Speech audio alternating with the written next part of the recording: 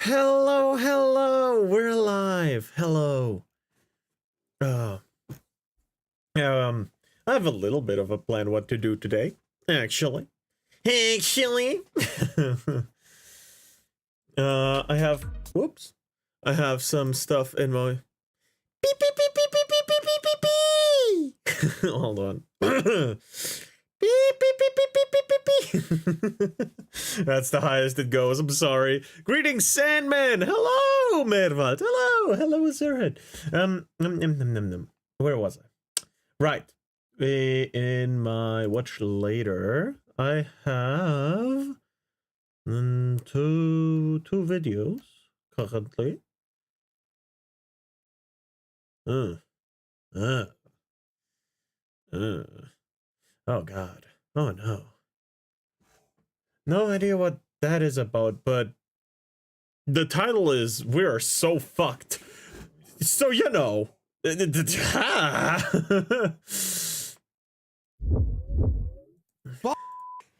Things have Stop. The way you said that just sounded like I have stuff in my pee-pee. I was confused for a good moment before I said it as her typed up.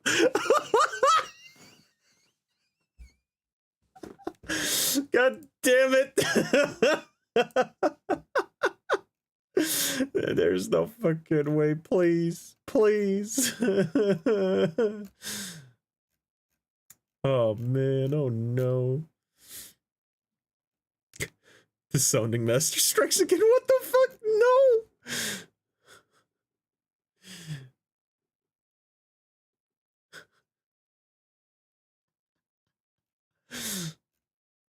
The fuck is this? Man. Man.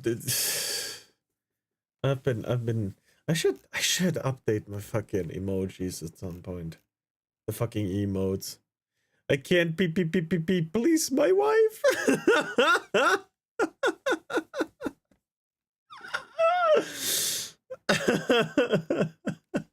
Okay. All right.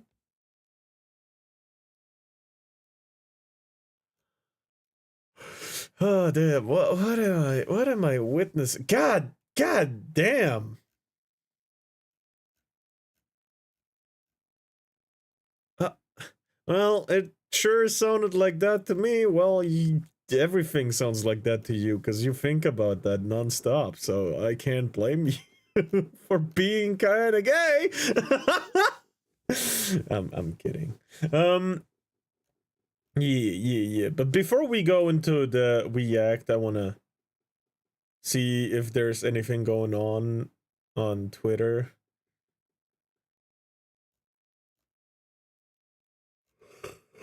God damn. Why is there an oiled up guy on my screen? What the fuck? Why?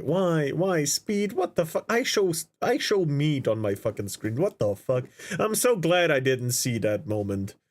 I've been able to dodge that so far. I'm glad I am. What the fuck?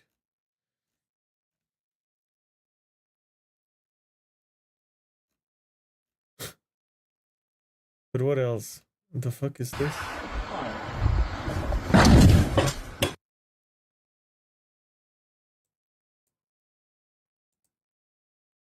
Ain't no fucking way. Hold on, I gotta.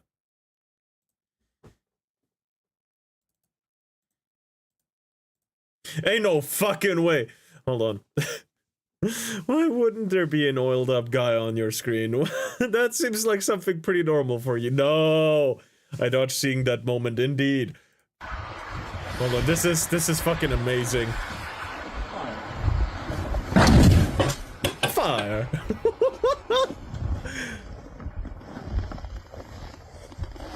Damn. That's impressive. And it looks so simple too. It's one wheel, a kind of thing.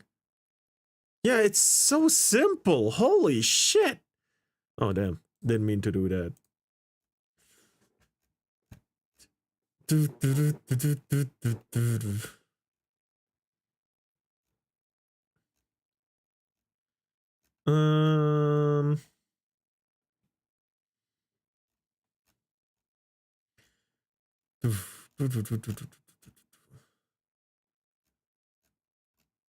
Holy.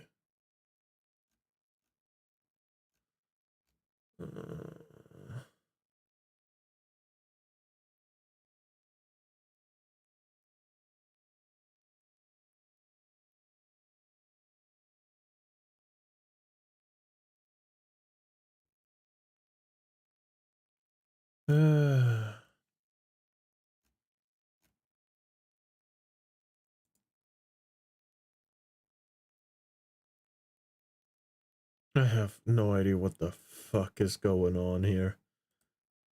People be real crazy on Twitter. Oh my god. I'm gonna stop. I'm gonna go watch the video now.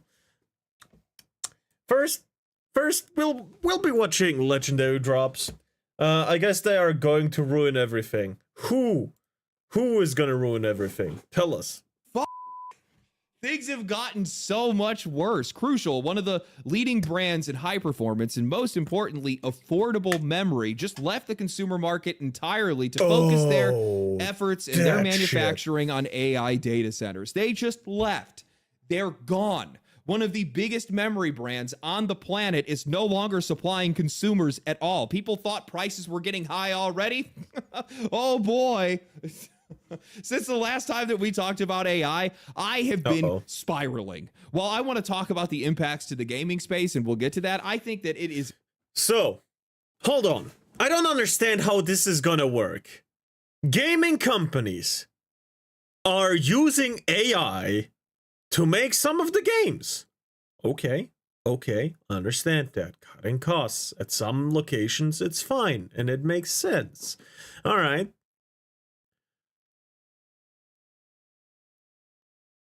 But if we use up all the memory for AI, I know that gaming is not the only place where AI is in use, but if we go so far as to use all the memory that is on the market and that companies even stop selling to consumers,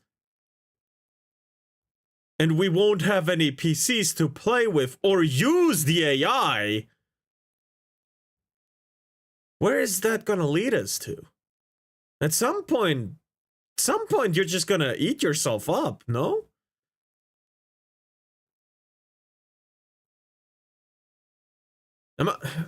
This is bullshit. Incredibly important that people understand the gravity of the situation that we are headed into right now, and just how much what's going on is going to change the world. I think a lot of people, for some odd reason, think that this is just limited to PC gaming. No, it's life, and also what I'm now starting to view as a class extinction event.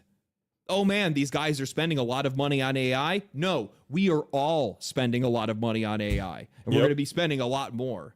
Inflation has been out of control essentially since COVID. This entire thing is just going to pour gasoline. It's going to pour jet fuel on that fire. Damn. And people are already struggling to be able to afford basic necessities, let alone luxury goods like video games. And now we have data center expansion that's layered on top of that is now estimated to double water and power consumption in the next 4 years. We're already paying for that, and it hasn't even started yet. All of these costs are going to just get passed down to the consumer. Hardware prices are going to rise. The price of everything is going to rise. And all the while, this technology is being aimed at reducing jobs and increasing productivity, not reducing prices. None of which matters if there's nobody left to be able to buy anything. So today, I'm crashing out.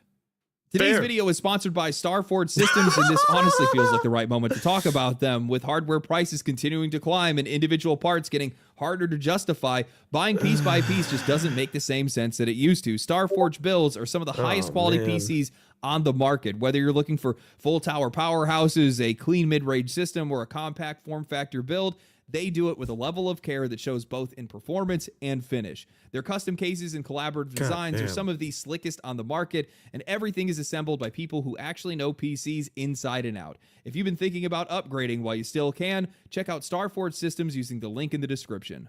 The AI industry is moving at such an absurd and reckless pace that I am almost convinced that the end goal here is not innovation, it is immortality for the people that are running it. The urgency, the scale, the money that's being burned, none of it makes sense unless these billionaires behind it believe that they can outlive the rest of us by using it. Maybe Walt Disney will finally get thawed out. Honestly, at least that means we'll probably get some better movies. In 2025 alone, the biggest tech companies on the planet, Microsoft, but no one's going to be able to afford seeing them. Amazon, Google, Meta, Apple are throwing nearly $500 billion into AI data centers. $500 billion. Where the fuck do they get that money from? If all of them are like, tariffs, we gotta pay our people, where the fuck does that money come from? Out of the consumers' pockets and the workers' pockets. Holy shit. Who is it again? Movies. In 2025 alone, the biggest tech companies on the planet, Microsoft, Amazon, Google, Meta, Apple, are throwing nearly $500 billion. Again, what the fuck? $1 into AI data centers. $500 billion. That is an amount of money that is so absurd that you can barely even wrap your head around it. That's more money than the U.S. spends on their entire military in a year. It's more money than you would need to be able to buy a house for every family in the U.S. and still have some change left over. And all of it is going straight into these concrete boxes full of servers, sucking up hardware, land, electricity, and water at a scale that most people, regular people, will never benefit from, but will absolutely end up paying for. Actually, we're already paying for it. PC hardware prices have gone insane. RAM is already up 250%, now pushing 500% in some cases. Even pre-built companies like CyberPower PC are raising their prices before the year ends because they can't keep up with the cost of parts. And it's only getting worse because nobody is planning to relieve any of this pressure on consumers. Just stop selling to those fucking tech companies, please. Some private company, please. Please only sell to like something. Someone's gotta be the hero here, please.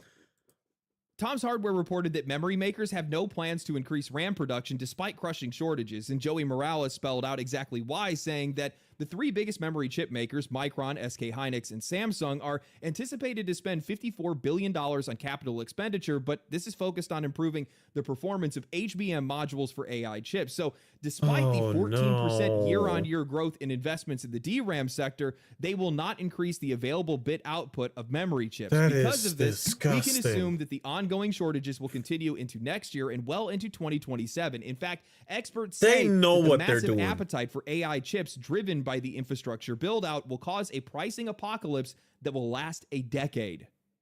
Yes, you heard that right. They said a decade. And if you guys think the prices are bad now, the industry is openly telling you that this is just the beginning. And this article was written before Micron left the consumer market entirely. On December 3rd, after nearly 30 years of... So sorry to bring it up, but I got gifted a subscription from a backstabber streamer and had to make sure I blocked and deleted the subscription. Goddamn! Serving consumers, Micron announced that Crucial, its entire consumer-facing brand, is shutting down February of 2026. And how does a streamer become a backstabber though? Huh? No, it's fine. This isn't because they couldn't sell memory. It's because they're making far more from AI data centers. Their stock is up 300% this year, and I think that tells you exactly where the incentives are. Guys, this sucks so bad. Crucial was one of the top 5. Cinderp? How, not who. Sorry.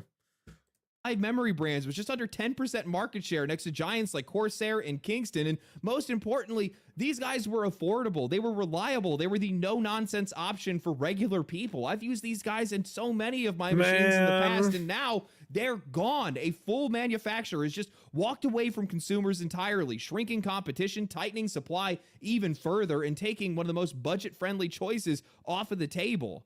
And of course, the strain doesn't stop there. Every major hardware company is doing the exact same thing, and they're all shifting their production to be able to support AI data centers. NVIDIA, the leader of this entire AI boom, openly reminded everybody this year that they are not a gaming company, and now it's reported that they won't be supplying VRAM to their board partners. Normally, NVIDIA sources their memory directly through Samsung, Micron, or SK Hynix, but now they're pushing that responsibility onto GPU makers, forcing them to buy from the same memory suppliers who are already redirecting their production to AI, which means that RAM prices go up, GPU prices go up, and there is no relief coming.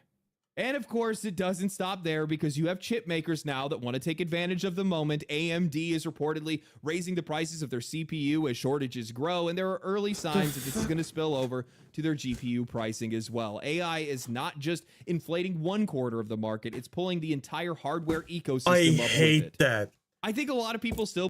AI ruins everything, is dangerous to many degrees, yet we're still just letting it go. AI has its uses. I do agree. But I think it's well beyond developed enough already as it is. We don't need for it to do more. It doesn't need to drive us around. There's supposed to be some personal responsibility still.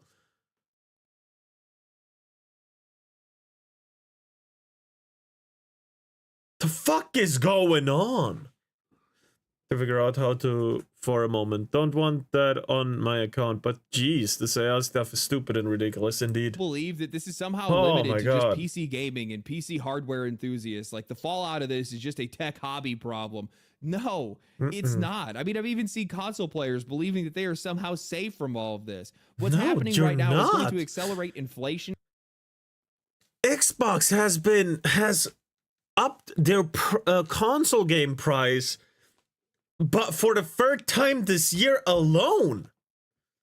Their excuse was, well, RAM is more expensive, while Microsoft, the one that owns Xbox, has been putting in $10 billion into AI manufacturing. The fuck?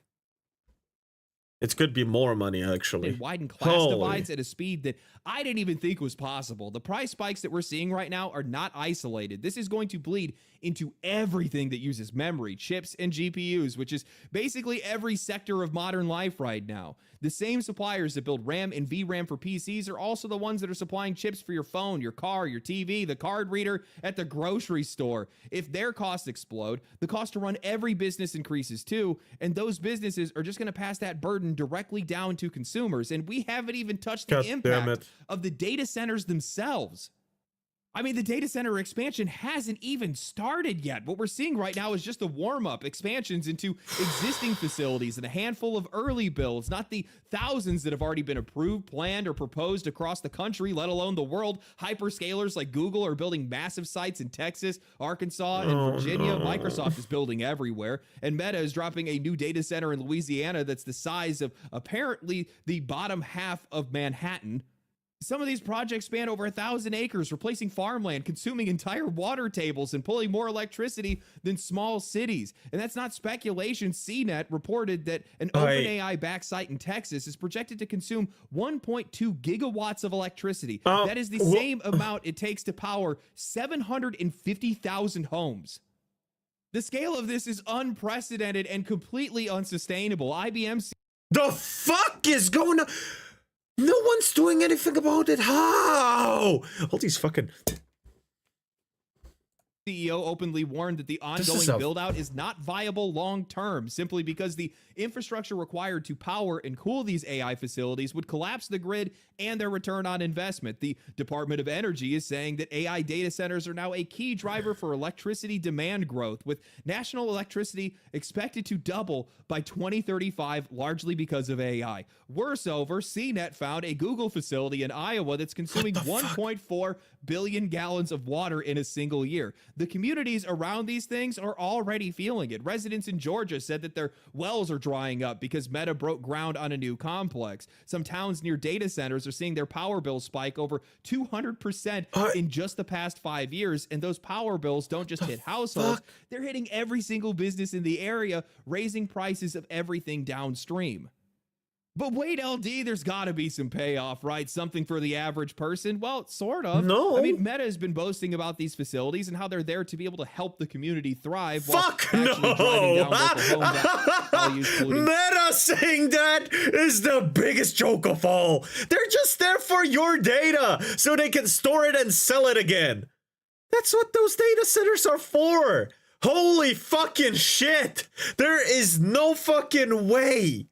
The water supplies and increasing vehicle accidents by nearly 600% during peak construction hours. And that giant Louisiana facility, that one that's going to take up 2,250 acres, well, it's expected to create around 500 permanent jobs in exchange for wiping out a chunk of land the size of a small city.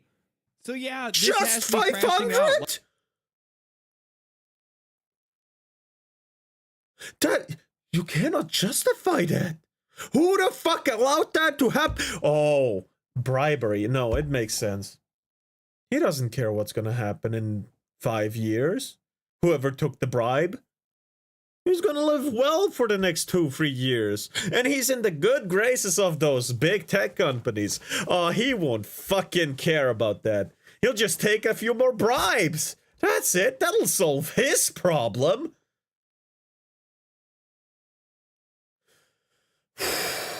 God, like I've said before, I don't have a problem with AI as a technology. What I do take issue with is the speed and scale of this expansion. These guys are treating it like it's a Cold War. Maybe it is a Cold War, but right now it looks more like class warfare than anything else. A consolidation of wealth, land, and resources, stripping jobs from the economy and funneling all these benefits upward. When the cost of living explodes, when resources get drained, when industries turn their back on consumers, when corporations start buying up land like they're building their own country, when entire markets get reshaped overnight, that is not progress, and it is all being aimed at the same people every single time. So now we're talking about higher energy costs, higher water rates, less water, higher consumer pricing for pretty much every single category, higher operating costs for every industry that relies on digital infrastructure, power, and water. God, so basically everything, and barely any jobs to offset those impacts. Oh, and this technology is mostly being aimed at reducing jobs on a global scale. And all of this is happening before any of these planned data centers have even broken ground. I hate sounding like a conspiracy theorist here because I don't think that there's some secret room with a dozen CEOs that are chanting over a cauldron, but well, at least I hope not. But I do think that we're watching something that's been building for years. Constant social division, culture war after culture war, race, gender, and ideology, all of it being amplified by platforms that are owned by the self-same companies that are driving this AI expansion. And it is all felt weirdly convenient, like a distraction, because while everybody's been fighting over the latest outrage cycle, the real material shift has been happening quietly in the background. The middle and lower classes are being squeezed out of stability, out of savings, out of ownership, out of mobility, out of jobs, out of their homes. And if hardware becomes unsustainable, if utilities skyrocket, if jobs get automated faster than new ones appear, then this is just a restructuring. That is just a modern slavery. How are you gonna tell me otherwise? People in America have already have to have free jobs to come by. Yet you're telling me everything's gonna get even more expensive even faster? I don't want to have 5 jobs so I can sustain myself on a small fucking level. The fuck? Of society in real time. And I'm not saying that it's coordinated. I'm just saying that it's happening. And I'm saying that it's impossible to see who's benefiting and who's paying.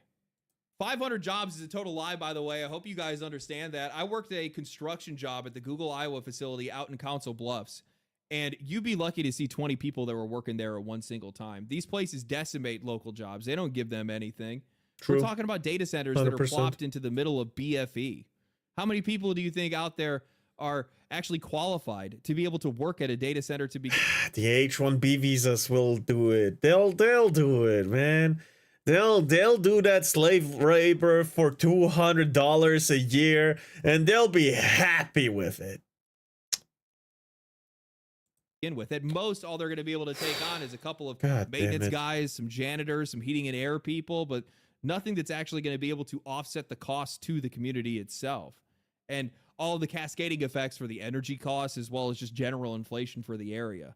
Right now, AI has no tangible benefits for the average person. That's what the problem is. And all of it is being aimed at reducing jobs on a global scale. It's just Cyberpunk 2077 without any of the cool stuff. The only people that are benefiting from any of this right now are CEOs, billionaires, mutual funds, local and national politicians. Well, gee, I struggle to understand what how the negative consequences of that, have to do with general crime statistics, poverty, housing costs. I struggle to see how that is any relevance. This is disgusting, way beyond disgusting. Huh?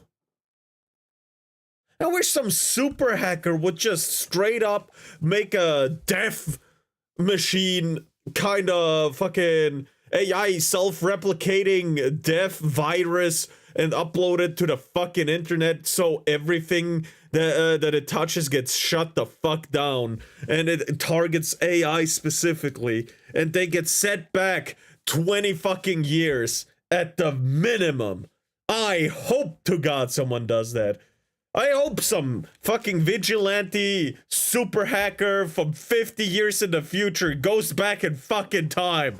Oh my God. Every single time I have turned on any coverage in a local area, not necessarily national news, I like no local news more than anything, but there's always some cheesing politician that's sitting there talking about how great it is for the community. How they're bringing jobs every fucking time, of course. Money into the Remember when I said something about the bribes, something bribes? Local economy, as you're watching them plop a data center into the middle of some middle-class neighborhood, driving down their property values, likely on... Right, I learned this from Kitsu. YouTube is such a cool and good platform. I hope YouTube makes it. It's so fucking good. Purpose to be able to push them off their land and buy their land right up from underneath them. So costs are going to explode. Job markets are going to vanish overnight. And I think a lot of this is going to happen faster than most people are prepared for. And I think that the industry that we're going to see this affected by the most at first is actually going to be the video game industry. While a lot of people believe that it might be somewhat isolated, it's not. Nope. It's directly downstream from all of this. Well, first, we're gonna have video games, as you said. In my opinion, next are all the office jobs that do the useless work, all that stuff. Then it's gonna be bankers, all the people who process payments and shit. Yeah, why not just put an AI behind that? You'll have one AI working on millions of people's fucking bank details, and maybe 100 people overseeing the AI just to make sure it's running properly for the first year. And after they successfully proven, it works fine, they get fired too, because we don't need humans anymore. And the higher ups are one by one going to be, you're not needed anymore. What do we need a manager for 0 people for anymore? You're not needed. And there's going to be less and less people employed like that. Oh my God. I want AI Mumi. Fuck you. No. Thank you for the free gifted subs tier 1. Oh my God. That scared the shit out of me. Yeah. After the bankers, it's who's gonna be next? It's probably, man, I'm so glad I'm in a fucking I'm an artisan. I'm a handyman. I'm so glad I am, because I'm gonna be the last one affected, or somewhere along that, right? I mean, I'm well on my way to be replaced as well, right? We have CNCs that do all the work that we could do on their own with the proper programming. All we need to do is put the fucking wood on it. I mean, I'm well on my way to get replaced as well. It's just gonna take a bit longer than most of the jobs that have to do with software and shit. This is gonna be one ginormous mess. I'm an editor. I'm fucked. Oh God. fucking news stations. Who the fuck needs fucking journalists that that put their own opinion down your fucking throat when we can have AI that does it way more effectively? Like, they're gonna speak to your subconscious like a fucking horse whisperer. Goddamn. Like, this is gonna be, holy fuck, we are literally ending ourselves. This would be fine if we were aiming for a utopia. They're not journalists, they're parrot chicks. They're smear merchants and stuff like that, I know, but still. They're gonna get replaced by AI eventually as well. Fucking Ubers, taxi drivers, delivery, fucking... As soon as the drone program is in, who the fuck needs a delivery man anymore?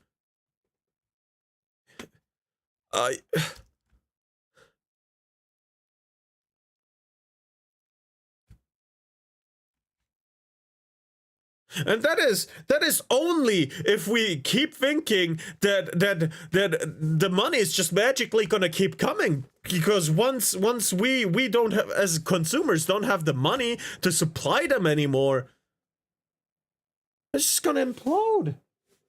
It's just gonna fucking implode.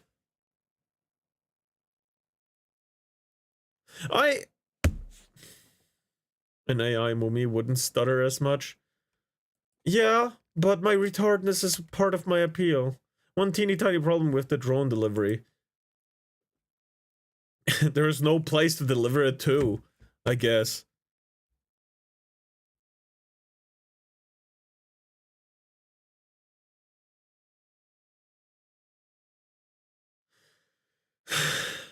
Man. Oh, what did I do? Without any of the cool stuff. The only people that are benefiting from any of this right now are CEOs, billionaires, mutual funds, local and national politicians. Every single time I have turned on any coverage in a local area, not necessarily national news. I like we only went back a little bit. But remember when rednecks were joking about shooting said drones off the air? I think at some point, I'm glad that I live in a country that is well armed in its citizens. If they ever try to take the guns from us, I'm voting against that 100%, regardless of who it is. If they ever try to take the guns away, hell fucking no. No, absolutely not. And once fucking America, once American people lose access to self-defense in forms of guns and stuff like that, America is fucked. Hello, how's it going? I am fucking losing it. I'm on a doomer pill right now. Stay strapped or get clapped. Indeed. Nowadays, it's not the fucking criminals on the street that are more dangerous. It's your actual fucking politicians and tech companies. They're far more dangerous than any criminal on the street could ever be, because there's only that many criminals. But there's so many tech companies. Anti-gun retards again? No, absolutely not. AI is taken over. There's always some cheesing politician that's sitting there talking about how great it is for the community, how they're bringing jobs and injecting money into the local economy as you're watching them plop a data center into the middle of some middle-class neighborhood, driving down their property values, likely on purpose to be able to push them off their land and buy their land right up from underneath them. AI ID guns. So costs are going to explode. Job markets are going to vanish overnight. And I think a lot of this is going to happen faster than most people are prepared for. And I think that the industry that we're going to see this affected by the most at first is actually going to be the video game industry. While a lot of people believe that it might be somewhat isolated, it's not. It's directly downstream from all of this. They live in Kojima's future is coming. This looks more like a grim Dark Souls future, man. The best possible solution in Dark Souls 3 was for us to just let the flame die out. Because even if we rekindled the flame, everything would just be undead. Hollow. That was the best possible future for Dark Souls 3. That was the good ending. We don't even have that right now.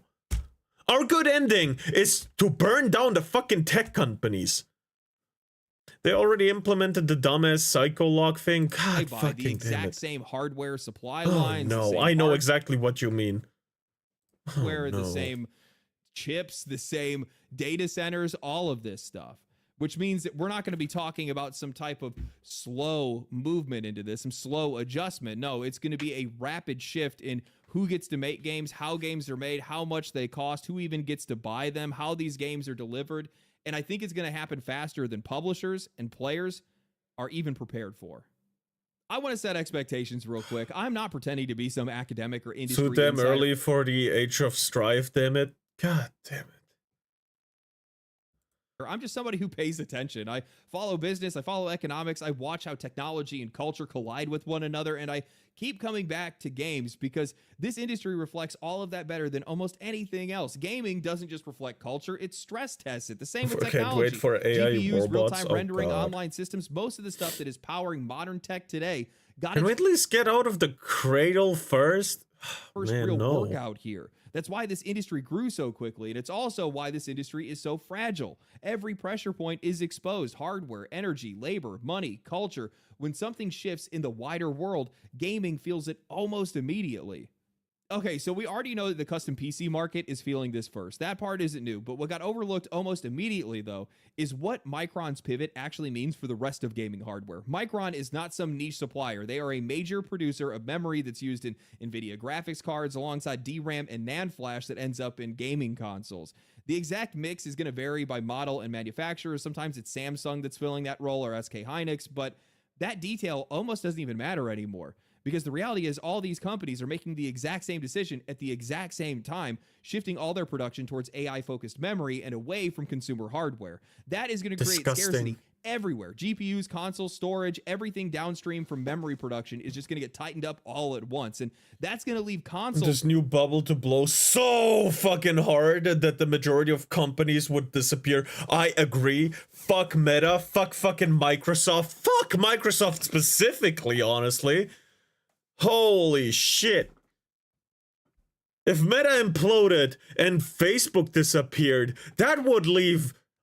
Oh my god, that would make a whole lot of the fucking future better, because fucking parents would get off fucking Facebook and stop getting brainwashed. Though it's going to involve necessary eugenics and gene editing to make navigators. God damn it. I'm gonna go sleep and ignore the sleep paralysis demon that looks like Bill Gates. Have fun and take care, everyone. I can't fucking blame you for having a paralysis demon that looks like Bill Gates. God fucking damn it. Though who the fuck knows anymore? I mean, gene babies, designer babies are gonna be a thing in China pretty fucking soon. So, it's not even... Mumi good? No, absolutely not. I am dooming the fuck out right now. I am losing hope for the future right fucking now with the AI fucking bursting open like this. Holy shit. With two very bad options. Either the next generation is going to launch at prices that would have sounded insane just a few years ago, well north of $1,000 per system, or those consoles are going to get delayed because these companies realize that there is no realistic way to sell what now looks like a premium PC price. Consoles have always survived on being affordable, the accessible entry point into gaming. If they lose that role, they don't just become more expensive, they become way harder to justify at all. Bro, at this point, I'm just gonna take all my saved up money, turn it into Bosnian fucking mark, go to Bosnia, build myself a fucking house like the Mexicans do from America to Mexico, and just live there from now on. Fuck it. I'll fucking give up. What the fuck is gonna do anything about it? I have enough knowledge to make myself a shack and then slowly build up a house. Just exploit the poor people there, like the rich people do today. It's not that hard.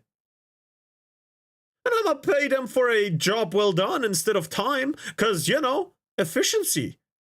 Really like it if we could not keep following the trajectory of 40K's future, please. It's fucking incredible how we have been predicting this future for centuries now. You can't pull Black Pill yet. You still have to collab with Kier one day? I guess so, but in 40K's future, not even 40K, we're at maybe 10K right now. We're gonna be at 10K soon. And it's not even gonna be 10,000 years after Jesus. We're at 2K right now? How the fuck does that work?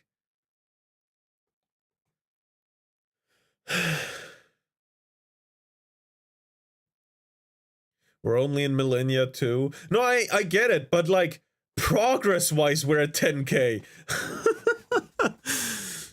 I'm back because I just saw a new member in your Discord, and when I checked their Twitter link, seemed like an art scammer. Oh no. Someone in the comments said, be not afraid to RAM being expensive. Be afraid that the RAM, after a few years without price falling back, is still gonna be cheapest part of PC.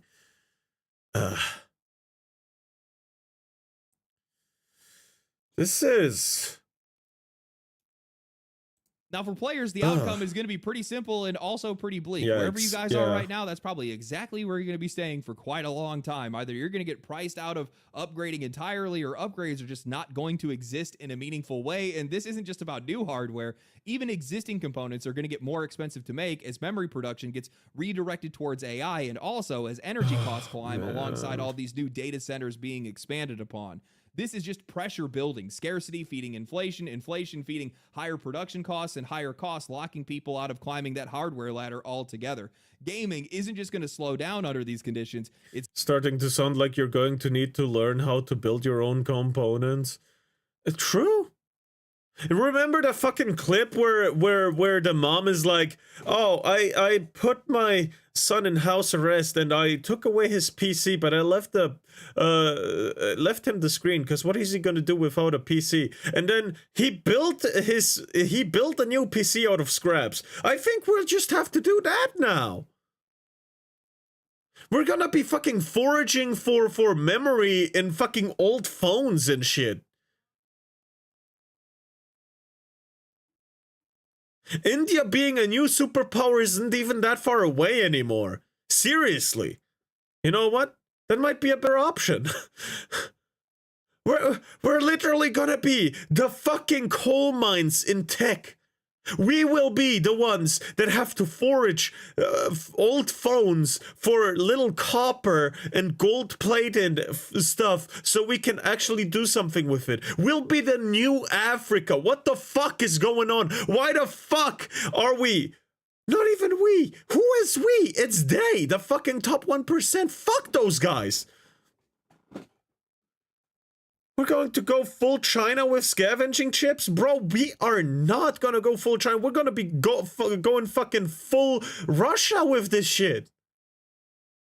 Full Russia and Africa, bro. Children will be doing the phones while we'll be doing old PC cases. The adults, I mean. Because we don't have small enough of fingers. Our hands are gonna be blue from the fucking nickel poisoning? This is gonna be terrible. Fuck!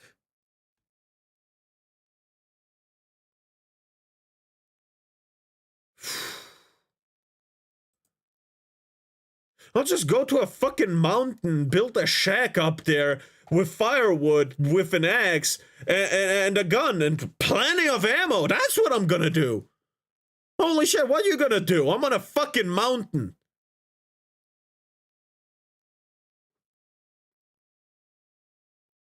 If you guys want to kill me, I'm gonna take 5 of you with me at least. Fucking mines everywhere and shit. I'm gonna go full Rambo on this motherfucker. Holy fuck! That seems more of a good future than anything right now that is an option. Put your own gun and ammo. Bro, you might as well learn. It's gonna get frozen in place. Now, if we zoom out just a bit, this also means that the cost to operate a game studio is about to skyrocket, especially for these studios join you? that are Yeah, chasing the more the merrier. service games. Okay, China is already desperate for tech and can't make their own. Interesting, as the Soviets' advanced jet technology was stolen from the Brits. This is No, I'm talking about the scavenging. There is this fucking mining place for gold in Russia, wasn't there? Was it Russia? I think it was Russia. This is what I mean when I say that these effects do not stay contained. Even if existing live service games don't technically need any of this cutting edge AI hardware to be able to function, these companies are still running and integrating a lot of this AI everywhere else. All their back-end systems, the analytics, the moderation, content generation, customer support, Epic, EA, Ubisoft, all these guys have been getting into this stuff. They're all doing it right now. And those costs are not going to live in a vacuum. They are going to roll straight into the operating budgets, into the server costs, and also into their long-term stability. On top of that, hardware scarcity and rising energy prices are going to make it harder and more expensive to be able to keep servers online at scale. Live service games don't need to just exist. They got to stay alive. And as these server costs continue to climb and expansion becomes more expensive, a lot of these publishers are going to hit a wall maintaining what they already have, let alone launching the next wave of always online games that they've built their entire strategy around. Oh, funny how that parallels with the China's lack of ability to produce their own innovative tech, as most of its stolen knockoffs. True. And this doesn't... Well, it's a specialization in tech, isn't it?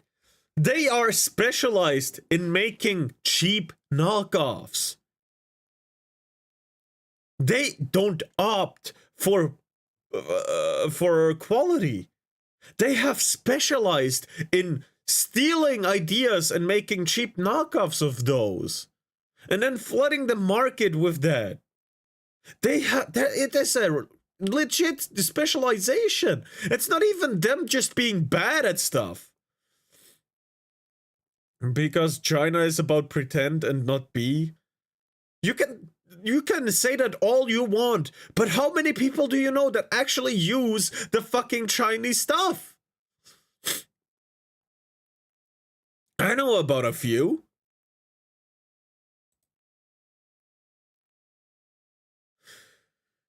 Everyone, right? This is fucking disgusting beyond anything. Stop with AAA, which sucks in this case. The second order effects are going to hit indie developers and smaller studios too. Even if you're targeting low-end hardware and making smaller, less demanding games, you still have to clear the basic entry point just to be able to exist in this space. You need development hardware, you need build machines, and if your game has any online component at all, you need servers. And as these costs rise, a lot of the would-be developers that are out there are simply just going to be priced out before they can even ship a game. Not because they lack the talent, but just because they can't afford the door fee anymore. True. What this ultimately means is that the price floor for games is going to rise across the board for publishers, for developers, and for players. Big publishers, these guys could totally absorb the cost if they wanted to. They already make an obscene amount of money from their services, microtransactions, and reoccurring revenue, but they won't. They never have. Historically, every single bad bet, every overinvestment just gets passed down to the customer at the end of the day. But these indie guys, they're not going to have a choice. That really sucks for them. As development costs climb, many of these guys are going to have no other option but to charge more just to be able to survive. Even if their games don't feel more expensive to players, that's going to put them in an impossible position. Higher prices, a more price-sensitive audience, and less tolerance for risk. You know, I think at some point, single-player offline games are going to be good for indie developers. On CD. Our tech is gonna regress. It's a capitalist economy run by communist state. I know what you mean. And you know what? I've seen evidence of other nations' products being in stores in the US. I'd prefer more American products, but it's a start. The end result. I mean, at some point, yes, the discs have been, you know, they have a lot more storage space than they used to, but still, they're way slower. We're gonna have 10-minute loading screens now. But honestly, that's better than the fucking online bullshit that we have now. I'd buy a physical game any day, any time of the day.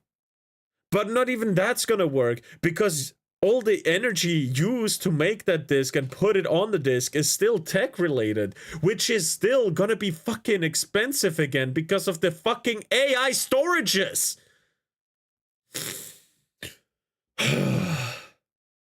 Torrent. We got, at some point, we just gotta hit them with the fucking virus. just destroy all their fucking progress. Man. Someone from the future, please tell these assholes that they're fucking wrong for this. Result isn't just going to be higher priced games. It's going to be more failures, more studios that collapse, more creative voices that disappear just because the economics behind all of this stop making sense. And there's another part of this that makes the situation spiral even faster. And it's a part that I think a lot of people want to separate just for comfort reasons, but the cost of hobby. I mean, if Arrowhead can take their 152 gigabyte game and make it 26 gigs, anything's possible. They are not gonna listen. Is now rising at the exact same time as cost of living is exploding. That is a lethal combination, my friends. Games do not exist in a vacuum. When rent is higher, groceries are higher, utilities are higher, suddenly a console... Dude, you did not listen before. It will... Those fucking... A single AI storage facility is gonna use up 1.3 million gallons of water to cool down the system. Do you understand what that means for the energy consumption, water consumption, the house prices, utility consumption, and price? This is gonna fuck up everyone around themselves. Countrywide, continental-wide economy failure. If time travel is possible, only the fucking orcs can do it and survive the paradox that could come from it. Man, we just gotta revert to plant life base, man. It's that easy. You know, maybe those TikToks where visualize your goals aren't that far off anymore.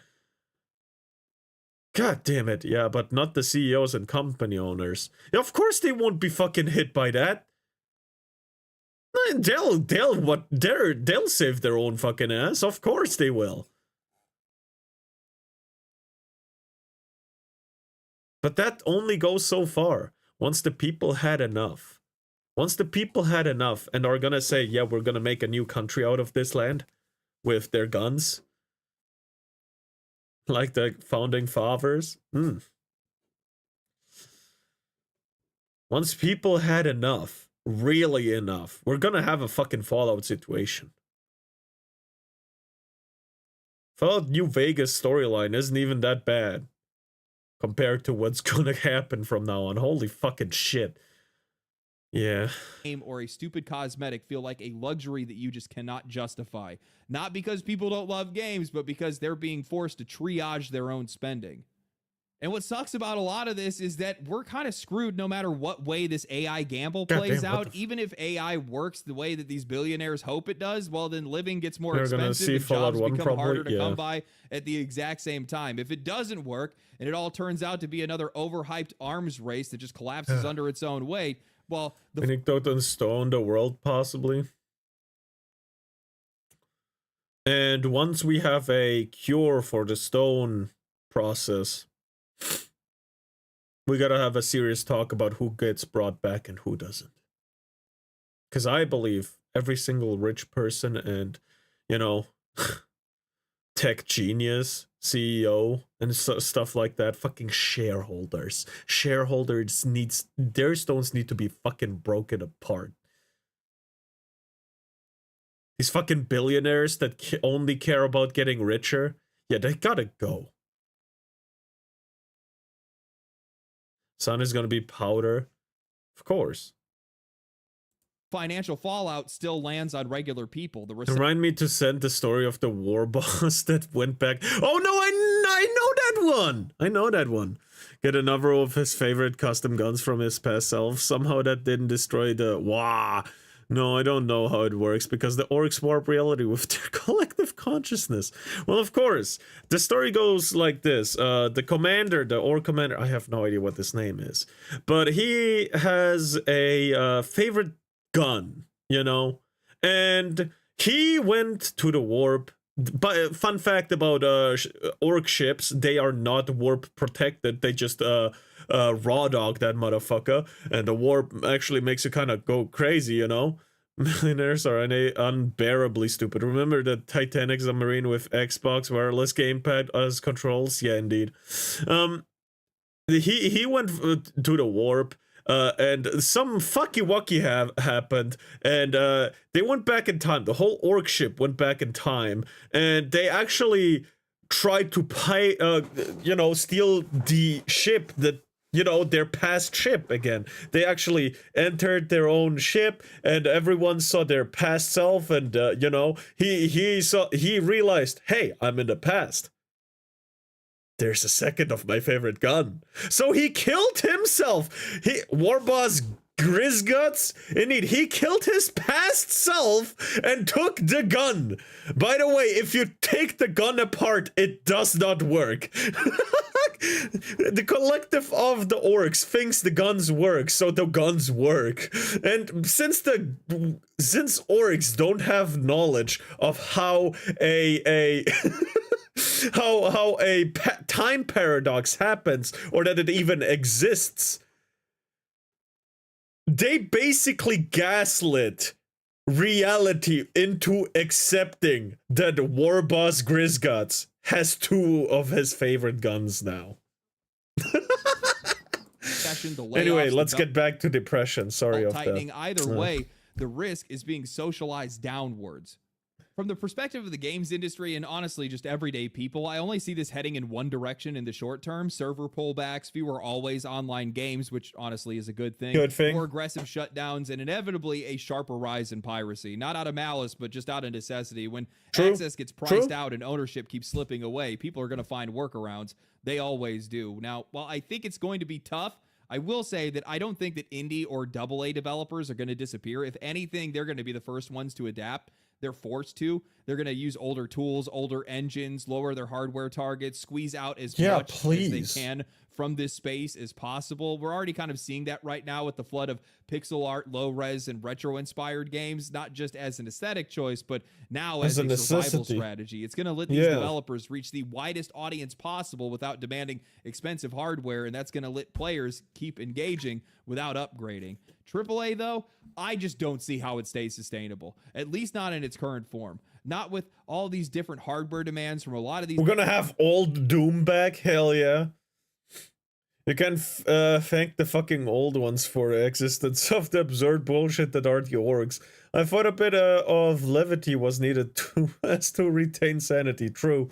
And be glad that the current orcs are way more stupid and aren't aware of their power, because the forefathers of the orcs could actually use that power consistently, and with an Kier's not gonna be happy. She does love her graphics after all. Well, too bad. Too damn bad. We're gonna go back to GTA 2 graphics. Maybe even Doom. She'll find something that she likes. Different companies, not with the level of inefficiency of these companies. I mean, she gets happy. She's happy with Honeycomb, all right? That's a game that doesn't need high graphics. It's fine.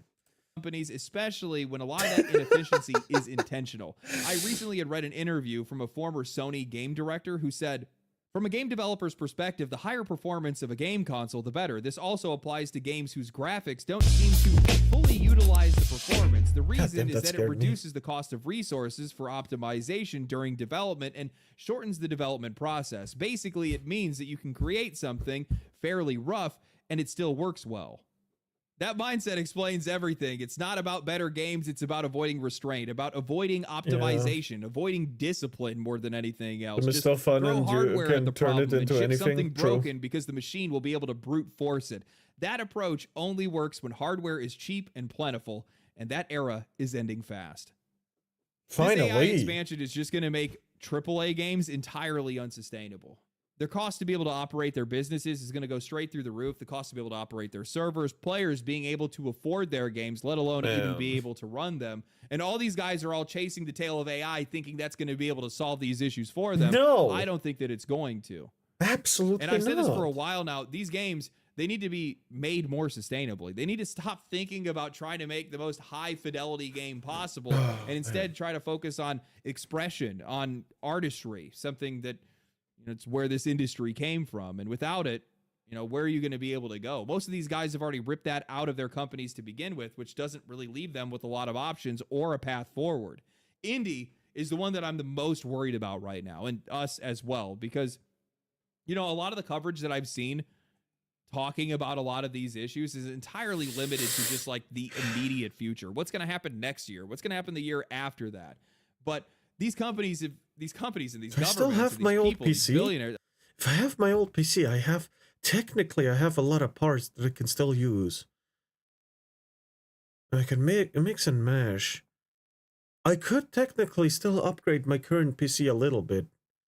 In that case, oh my god, I am so smart. There's trillions of dollars in this. This is going to cascade on and on. The costs of this are going to cascade on and on for a decade or even longer than that. And that's going to make it almost impossible for people to even get in the door when it comes to this hobby. That's taking opportunities away from these developers, and it's also just taking an escape away from the rest of us. Yeah. Yeah. This has been a moment of self-discovery for me. I am an incredibly pragmatic person. I fully understand the cost of progress, the inevitability of progress, and not wanting to stand in front of it. That's not really what I'm trying to do or talk about. At the end of the day, progress is good, but once progress ruins every future progress we could have and actually ruins everything else that we've already built up, that's not progress, that's a dead end. That's a brick wall that you are not strong enough to run through. You cannot brute force this one. In this case, but I just don't really see the benefits for society, at least not immediately. And that's kind of bothersome right now because AI is such an unknown quantity. We don't know if it's going to turn the world into science fiction or if it's just going to be nothing at all. And the people that have all that potential, the ones that are wielding that potential right now, are only using it to benefit themselves, to make them richer, to enrich themselves at the cost of everybody else. Progress has to be tempered with morality, otherwise it just becomes destructive. True. All I know is that in the immediate future, we're all going to get a lot of mileage off of our backlogs, that's for sure. And we're going to see piracy rise to just unprecedented levels. I hope so. I mean, to be fair with I hope so. I hope everyone starts pirating. I hope everyone starts pirating so people realize, oh damn, we can't do that. And maybe, just maybe, shit will start to make sense again. Because we have been just eating up everything they throw at us as a society. And that is just disappointing. That fucking horse armor. It all comes back to that fucking horse armor. Oh my god. A lot of the quality of the games that we've seen and also the prices of some of the games that we've seen that's already been happening in the background, but this is just going to exacerbate that issue insanely. And I did a little hardware survey at the end of one of my last videos where we were kind of talking about some of these issues. Most of you guys are on mid-range hardware. So if these guys start trying to make anything bigger than that, they're cooked. Oh, a lot of cases they already are.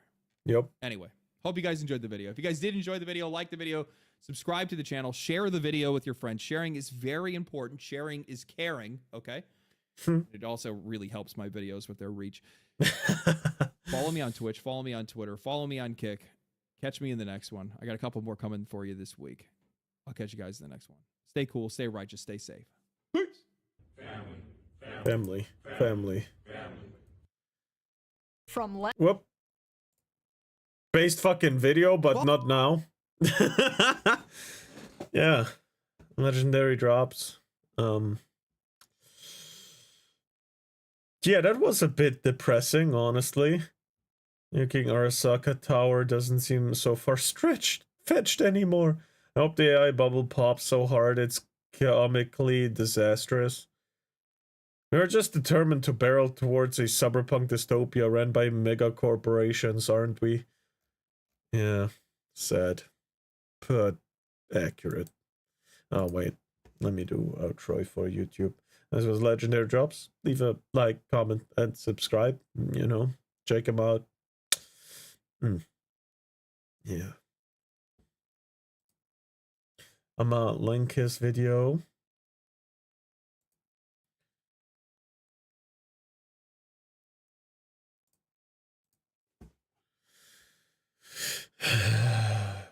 My God. This is not gonna go well, is it?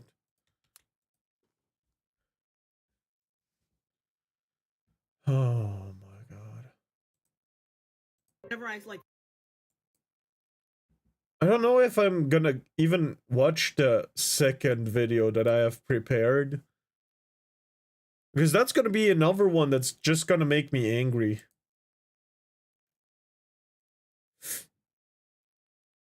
I don't know, man.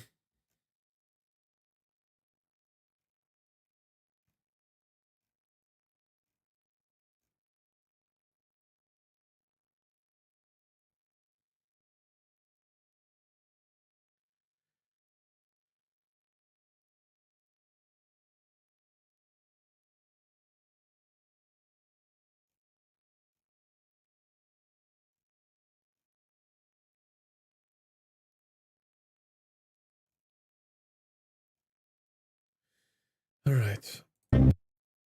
Okay. And we'll watch it anyway. We will watch it anyway. Anyway, this is Sydney Watson, and welcome back to hell. Leftists absolutely hate Caleb Hammer. Oh, this stuff! Right. The fuck am I acting surprised for? I completely forgot what this video was about for like 5 seconds. Got surprised. Found out that I'm stupid. Again. And...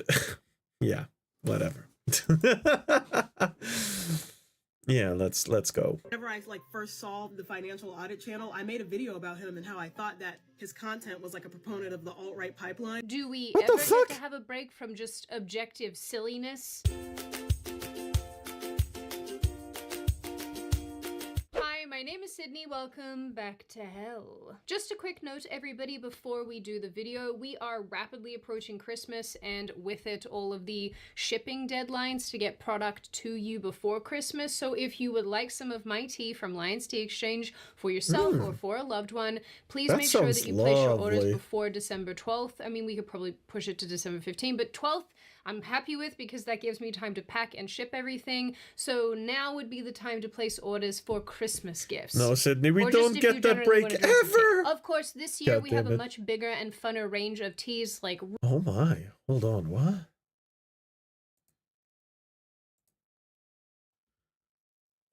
Peppermint white chocolate. Emerald green tea. Apple cider.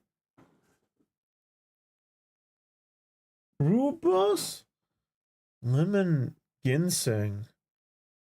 Bourbon barrel chai. New York breakfast. I don't know about this one.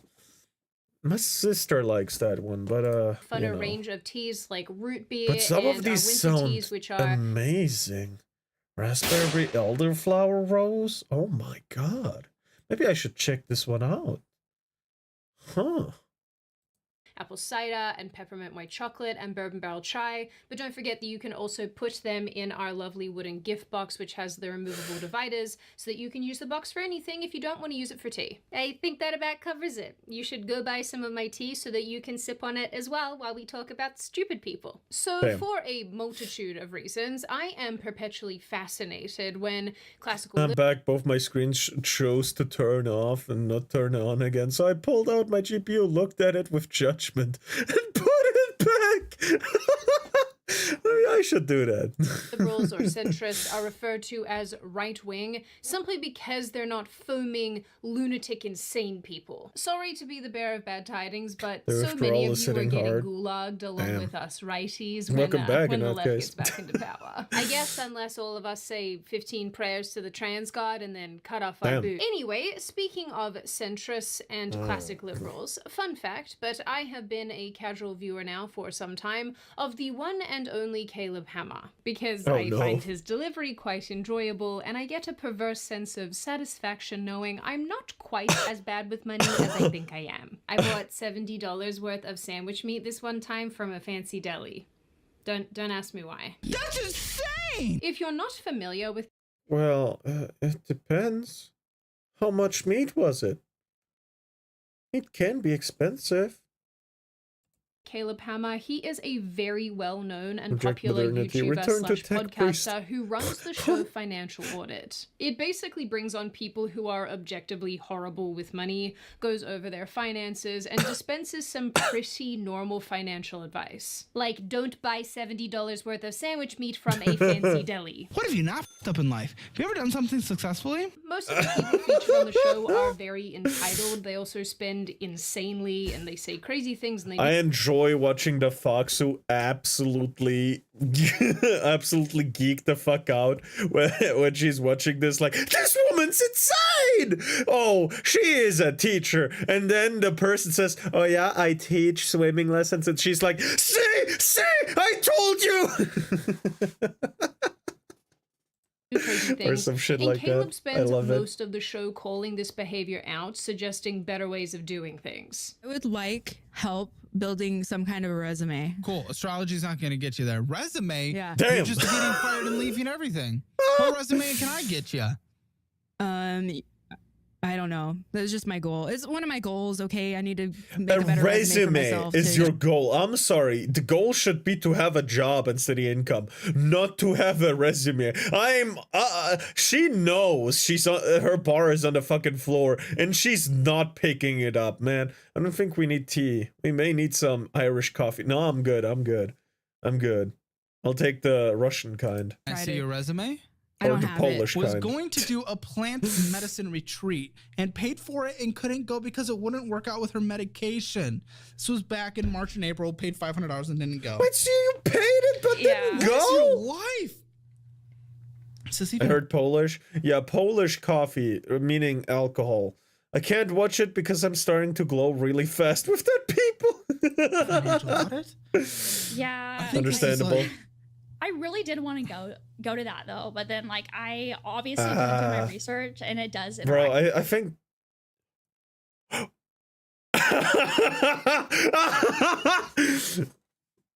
VR alcohol stream. Oh no.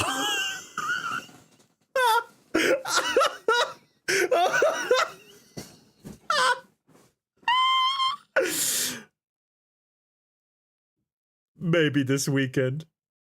Yep, there's the migraine. Listen, we have a 50-50 coffee and roll industry. Yeah, you're gonna die. That's fine. It's content. one of my meds, so I was like, no. Well, I wanted to go there and see if I could do if I could get some kind of thing out of it, if I'm able to like process my Yeah, trauma. alcohol. And all VR. of this, my darling baby birds, apparently makes Caleb right-wing. And not only right-wing. And it's not even far away. Next week is the last week I'll be on work. Then I'll have 2 weeks of vacation. We can do it next week. Vomiting incoming. Bro, we have a bucket. That's fine. I don't mind. It wouldn't be the first time that I puke on stream. You're gonna fucking die. No, it's fine. It's fine. I've never fell on my face drunk before, so it's fine. Oh, fuck. But Caleb is apparently one of the most socially But it coercive wasn't because of alcohol. To be fair, the first time I puked on stream was because I was high, and I have found out that I don't like being high. There are days I am in academia, and I regret not becoming a welder.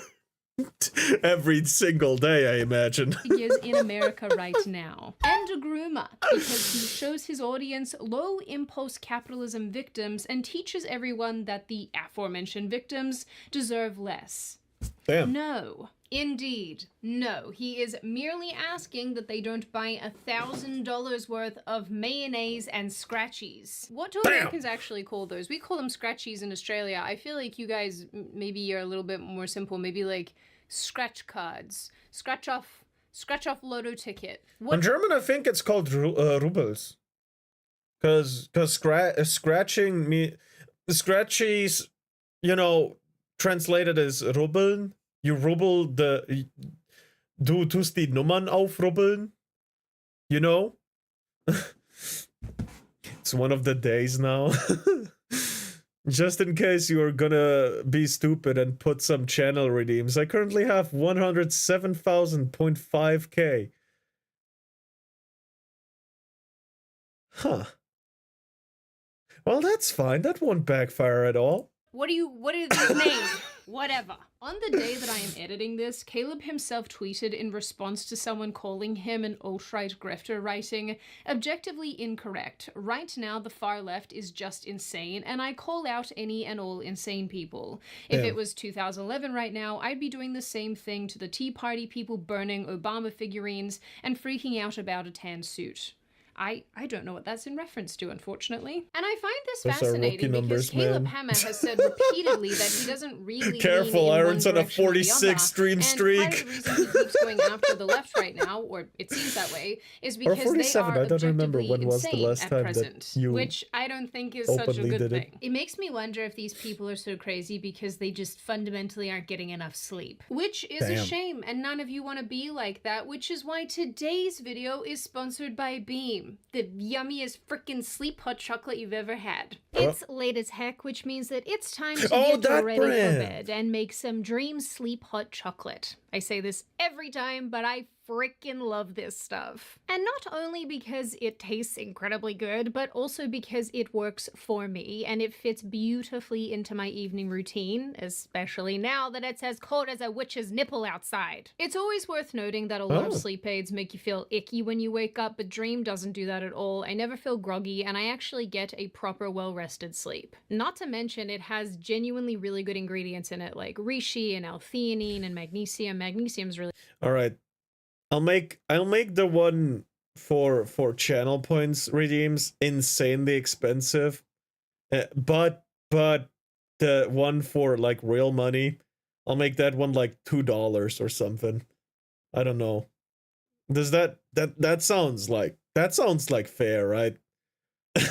important for sleep, and melatonin if you so desire, but you can get melatonin free options as well. If you do struggle with sleep, staying asleep, waking up feeling icky, I really recommend trying Dream because I actually think it'll make a significant difference to you not feeling that way and not having issues getting to sleep.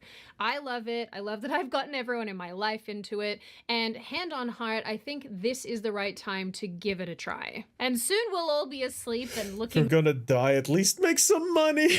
like this. So in some very cool and amazing news, Beam has extended their cyber sale just for you.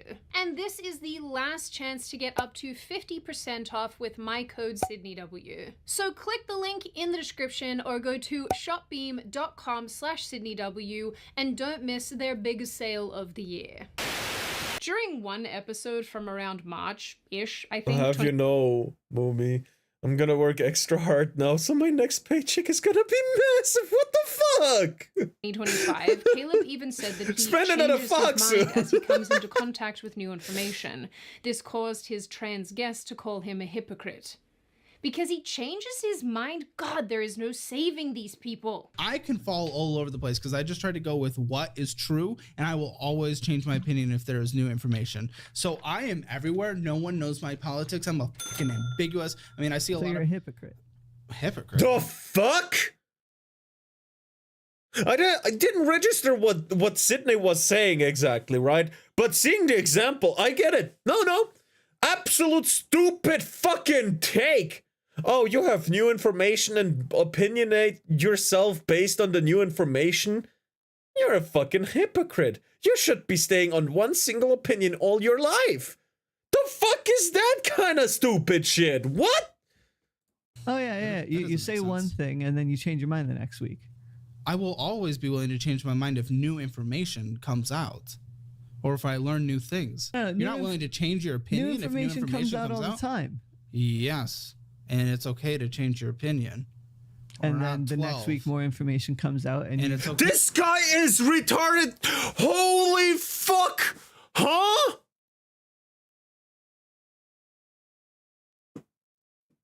Mentally illness, sir? Yes?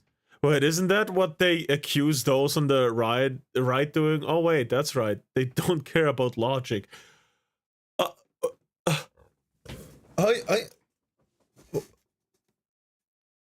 I took psychic damage from that one. to change your opinion. Yes, because you want to be correct.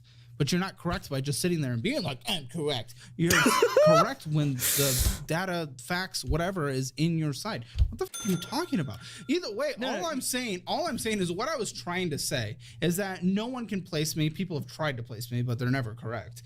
However, based on this conversation, talking to you two, I probably sound like the most conservative person that has ever existed in the history of this world because you guys are so far gone. But he has said all of this before, and he's made it very clear that he's all about financial advice and financial thoughts and opinions and not going on ideological crusades. The dude is just telling people to spend less than they make. By the way, these two right there, or at least the guy on the left, or whatever he is, I really don't care what he is. Based on his logic, he sounds like the most boomer-ass motherfucker I have heard so far. He's the guy who would tell you to pull yourself up by the bootstraps when you can't even afford the bootstraps to pull yourself up for. Oh my god. The sheer brass fucking balls to call the people on the right cult tests and they worship a death cult. There is nothing but utter stupidity sometimes, and I hate it. Like how Mumi thought I was a bot because my first message was positive. But then he checked my profile and saw I was real. Hey, at least I checked, okay? There's people who would just ban you just for that, okay? Not to buy stupid crap and be thoughtful about their finances. This is advice that not too long ago would have just been considered pretty normal. But as I have learned making this video, his extreme left-wing detractors don't care about any of that. And because their ideological center of gravity has shifted, what was once considered moderate is now branded far-right because the Overton window has fallen into the sea. And I don't think it can swim. Whenever I first saw the financial audit channel, I made a video about him and how I thought that his content was like a proponent of the alt-right pipeline. And it was specifically because of the way that he would talk about his guests, like in the thumbnail and in the title. It was so strange. I remember seeing a video of his and he had like a trans mask guest on the show. And like in the thumbnail, he like edited or like highlighted his chest area like in the thumbnail. And then like the title. Oh no, thumbnail be thumbnailing and you know, clickbaiting. Oh no, how terrible, how right wing. Easy transgender person or whatever. And like he had color in his hair and he made the color like really bright on the thumbnail. Like it was so strange. I know we aren't talking about dating here, but No is mercy. this Ring nose retard. ring theory? Why do they always have to have the stretch septum bar and then God say damn the it. dumbest thing I've ever heard in my life? This person is basically arguing that because Caleb has Good finances is now tried, and what isn't all right at this point, alt-right, indeed. mean thumbnails and titles, he's alt-right, which is mad because his thumbnails and titles are mean with relation to all of his guests. He calls all of them names. The dude does not discriminate. Look, and yes, I am currently wearing pajama pants, and it's just because my house is incredibly freaking cold right now because I don't have any heating. Anyway, whether it is right or wrong, and you're welcome to have your own opinions about this, this is just sort of how YouTube is, and you know, the more extreme the title, the more extreme the thumbnail, the more clicks it's gonna get. It's just sort of the name of the game, and if you guys don't like that, then you should take that up with the fact that you all love drama so much. I know you do. I see it on my own channel. I make these drama videos, and you kooky little weirdos, you like them. You like watching them. You're killing me. I know. That's insanity. But this is basically some of the ongoing criticism about this guy, that he goes after women, especially, except... Maybe I should watch Caleb too. I'm probably not even wearing pants. Of course not! I'm in my fucking home! The fuck why the fuck would I wear pants? I'm not at an event or anything, hello? And don't act like you don't like it. Like, no, he doesn't. He has absolutely insane, insufferable men on his show as well. But maybe the reason why people think that he's harder Is it on not women cold is yet? Of course it's cold. I have my window open, but I like the cold. That's the issue here. I like the cold. I hate the heat. I hate summer for the fucking life of me. I love winter. I love fall and early spring. Same, but I wear pants. Nah, I'm in underwear only, bitch. Bro, the cold is good. The cold is good to me. Anyway. because maybe women are just objectively like worse with money. Maybe that's a thing. I'm sure that there are statistics out there that back up that position, but I'm not making that claim. I'm not saying that. So, of course, one of the primary criticisms that I have seen here about him is that he is misogynistic and an incel because he predominantly targets women. I don't know. Dude, Must I've have been mammoth hairy legs for heat. They're pretty hairy.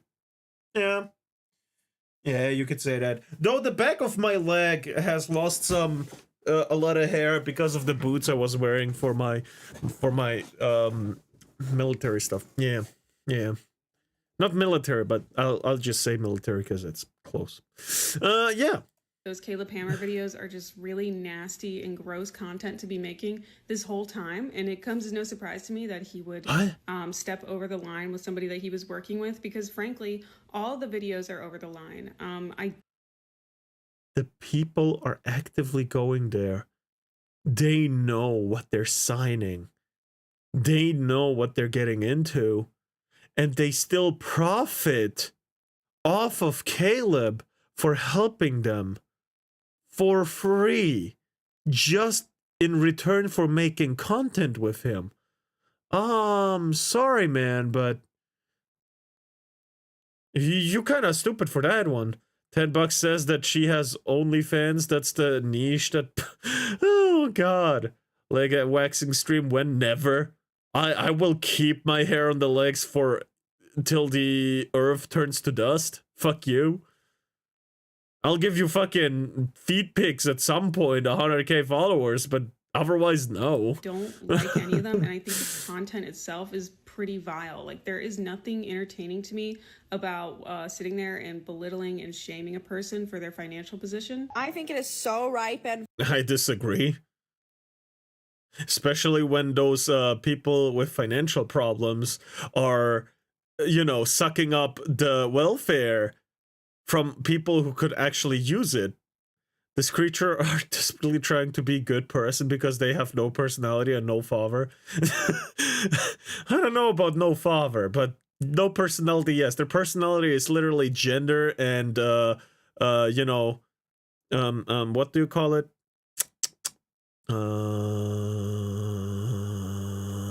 I can't speak English.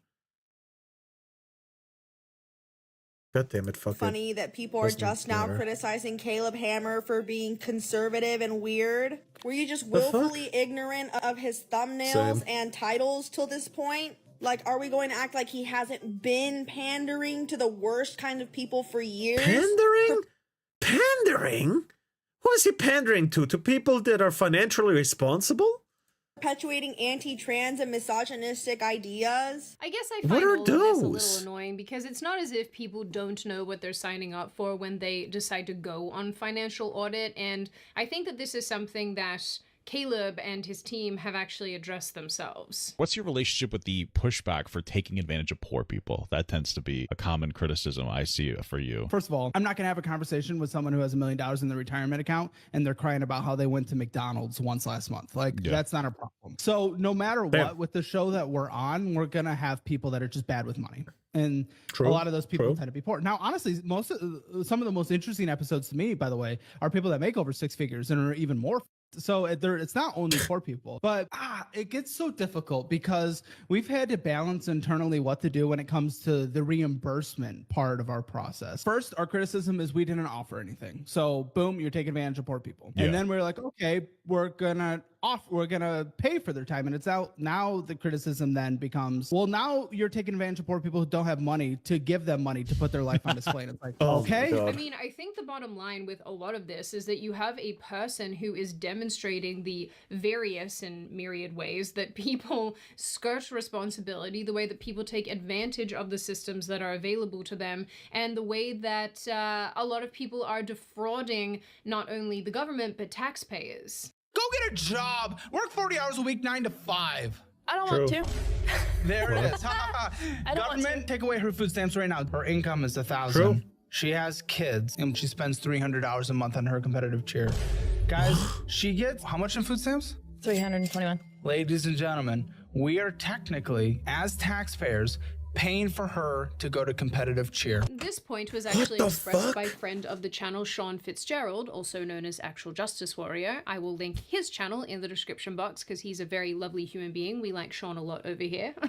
A couple of days ago, he tweeted, Caleb Hammer becoming public enemy #1 of the left because his show inadvertently reveals what everyone who knows broke people actually see daily.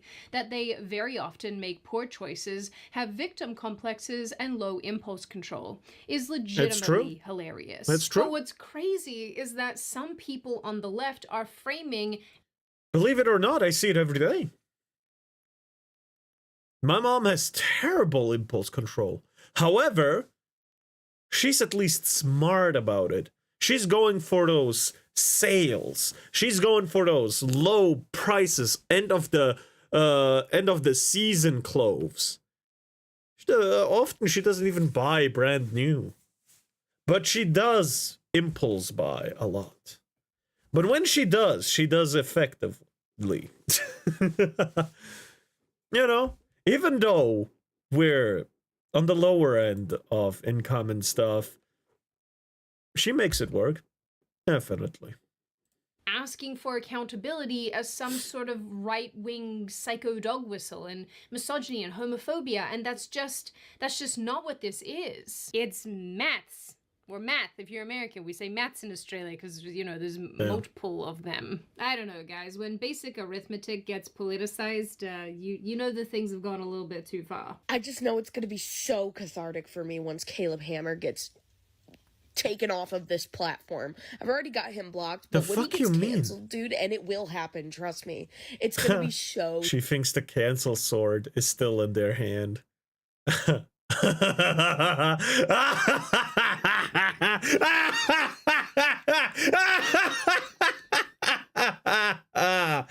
Oh no, it's not how it works anymore. No more bullshit cancellations. It's not how it works anymore, bitch. Sweet. He is the Dave Ramsey of our generation, and who the he fuck is Dave Ramsey? A generation of men who think they can talk to women about finances in the way that he talks to women. He talks to everyone the same fucking way. If you're annoying, you're gonna be annoying. It's not that hard of a concept to grasp. The last video Kirsche looked at, the fucking woman that was blabbering faster than any streamer could ever. Holy fuck!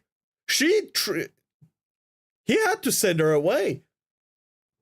And once she was actually gone, everything calmed down and they could actually talk at finances. That's not because she's a woman. That's because she's a fucking annoying dumbass cunt. It's that easy. And about finances. I find this specific video kind of hilarious because during one of his episodes, his female guest basically says that he's not empathetic enough, and his response was basically to say, me trying to help you is the empathy. People might watch this and see that because I'm abrasive and everything like that, I don't have empathy. Here's the reality.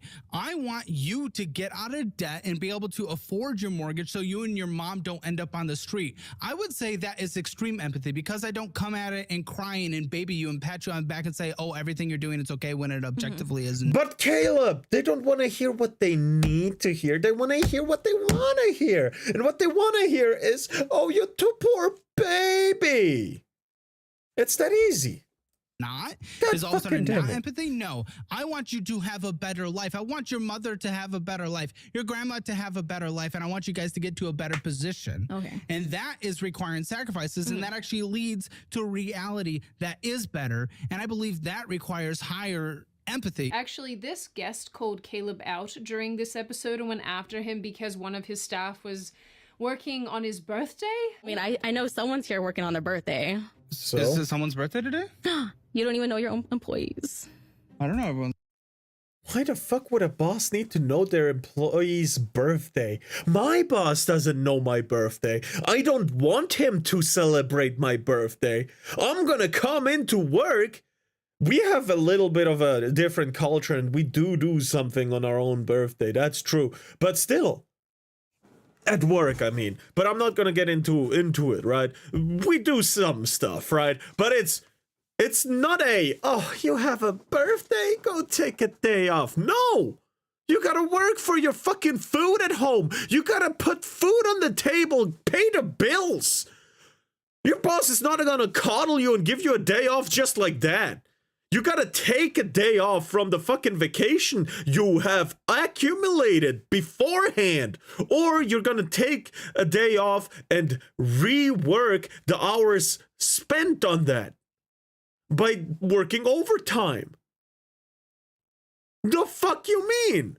Well, I don't understand these people, but I hope TikTok fucking gets shut down and these people are left without any revenue stream, forcing them to have to get a job instead of just, you know, basically scamming people into buying shit on the fucking TikTok shop, which I still don't understand why it's a thing. Yeah, I don't understand either, but I don't know. I guess I'm just a fucking boomer, even though I was born in 97. I was born old, so I'm fine. Oh, fuck, man. Bro, I was born in the early 2000s. I'm not gonna give you the exact date, right? Or the year. But you know, I am not that old. Yet I know, don't buy shit off the fucking TikTok store. Cause it's trash. First, second, expensive, and third, a fucking scam. Why the fuck do people not have any media literacy anymore? Not even the bare fucking minimum. I am not claiming that I have a lot of media literacy. I am illiterate as fuck. I am a retard. I'm a clown anime person on the internet. Holy crap, I'm older than Mumi. Yeah, you just don't act like that. Get fucked. Stay fucked. Yeah, I'm not that old. And that's okay. Man, I feel called out by fucking Sawa-sama for being called a kid, man. His birthday? It's Colton's birthday? Yeah. Happy birthday, Happy Colton. birthday. Congratulations. Adults work on their birthday. I'm going to cry. I mean, for I him. work on a nonprofit, and at least they give us our birthdays off. It's a non-profit first. Second, if it's a non-profit, you don't get paid much, which, you know, good for you doing something good, but you're in fucking debt. You're on Cable Hammer's show. You're in debt. Enormously so, probably. Yet you want to virtue signal. I finally found the word, by the way. You want to virtue signal. Oh, I work at a non-profit. Fuck you. You're not a good. You're not fucking helpful to society or anyone else around you because you're a leech to the fucking system. Non-profit, so communist program. Yeah.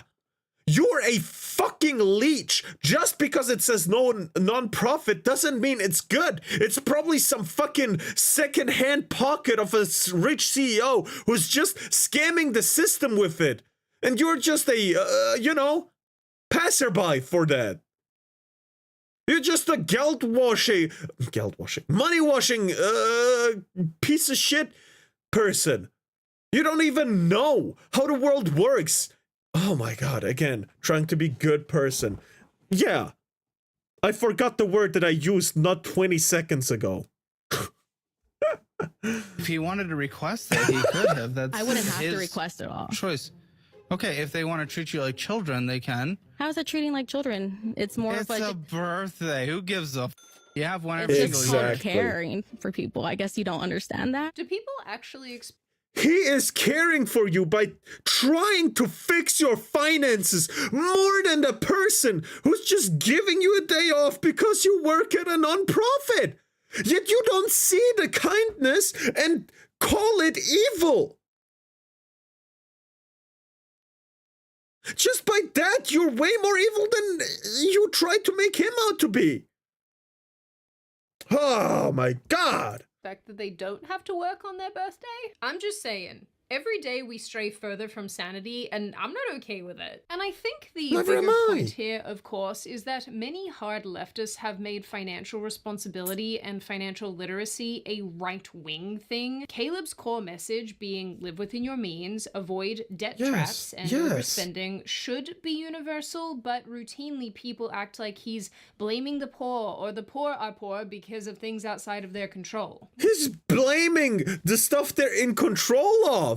Gee, I wonder why. They are literally spending more money than they have. They are going into debt. The number is red. Everyone knows red means fucking stop.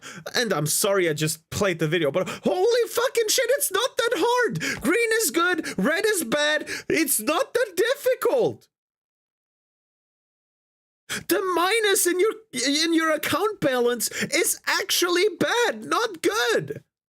And more minus, unlike in math, where minus times minus equals plus, doesn't work with your account. Just because you make more minus doesn't mean it's gonna turn into plus. You're not rich, you don't have good debt.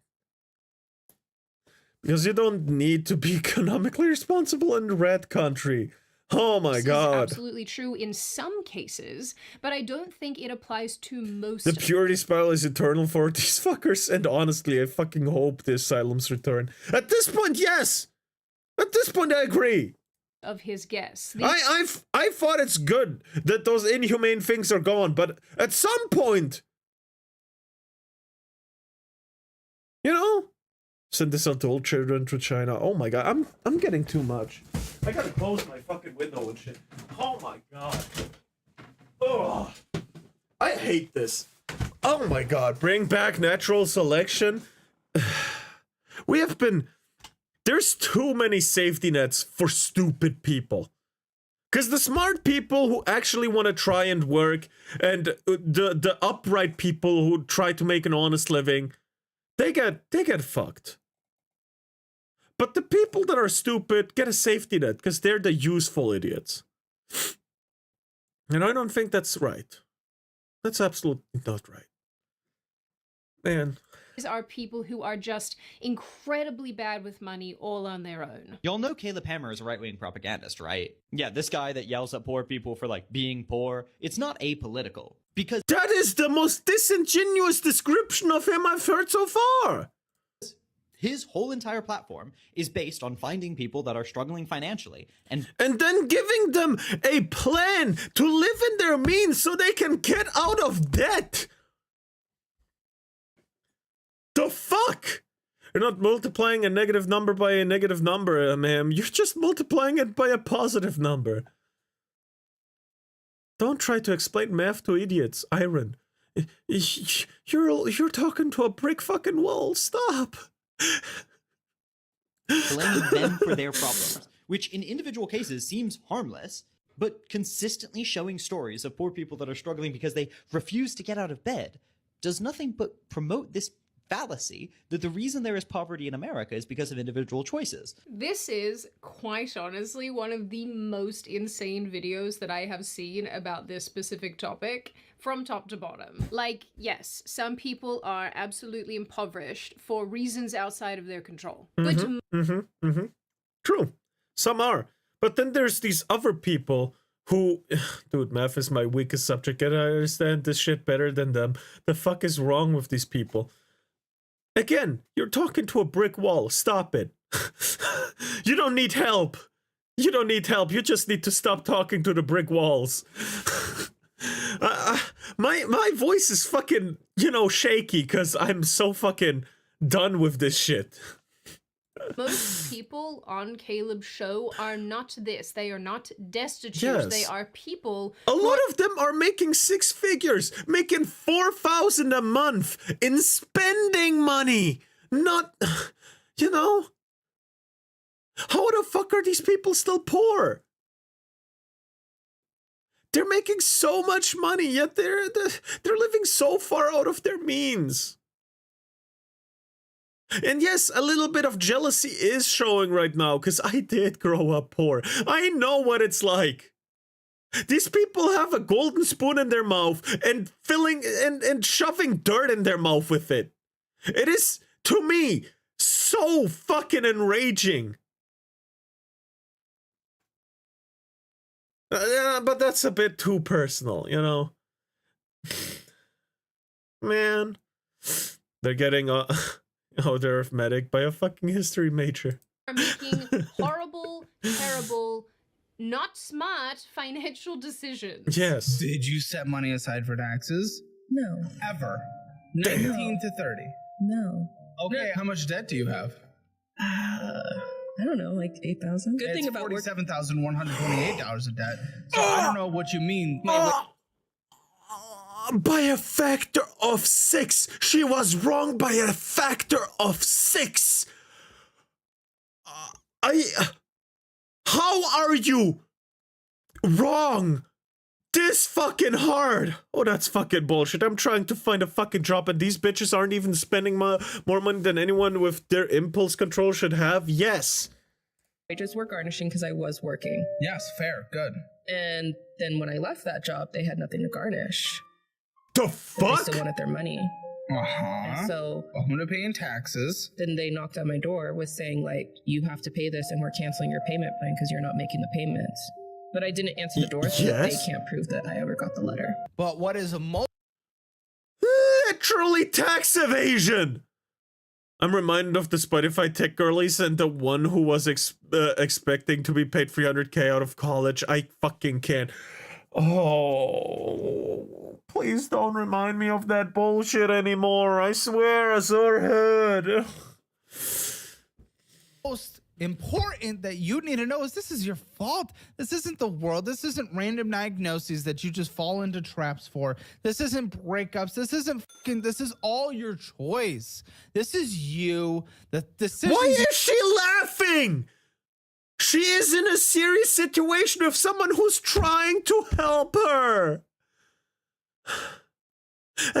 I know how important it is to get help. 'Cause I got help. And you gotta take that hand that somebody stretches out to you serious. I know how hard it is to grasp that hand, but you have to try. She's just laughing him in the face. I fucking can't with this disrespect to someone who's trying to help. Yes, he's making fun of you a little bit, but holy fucking hell. I need to stop thinking about this before I have a fucking aneurysm and go on a murderous psychotic breakdown. God damn. I was growing in poor family and not in rich family. Worked at some packing business for max a year when I was in college, but somehow I still have more understanding about money. Do you understand why I don't watch that show now? Yes. No, I don't understand how the fuck someone can watch this and have fun with it.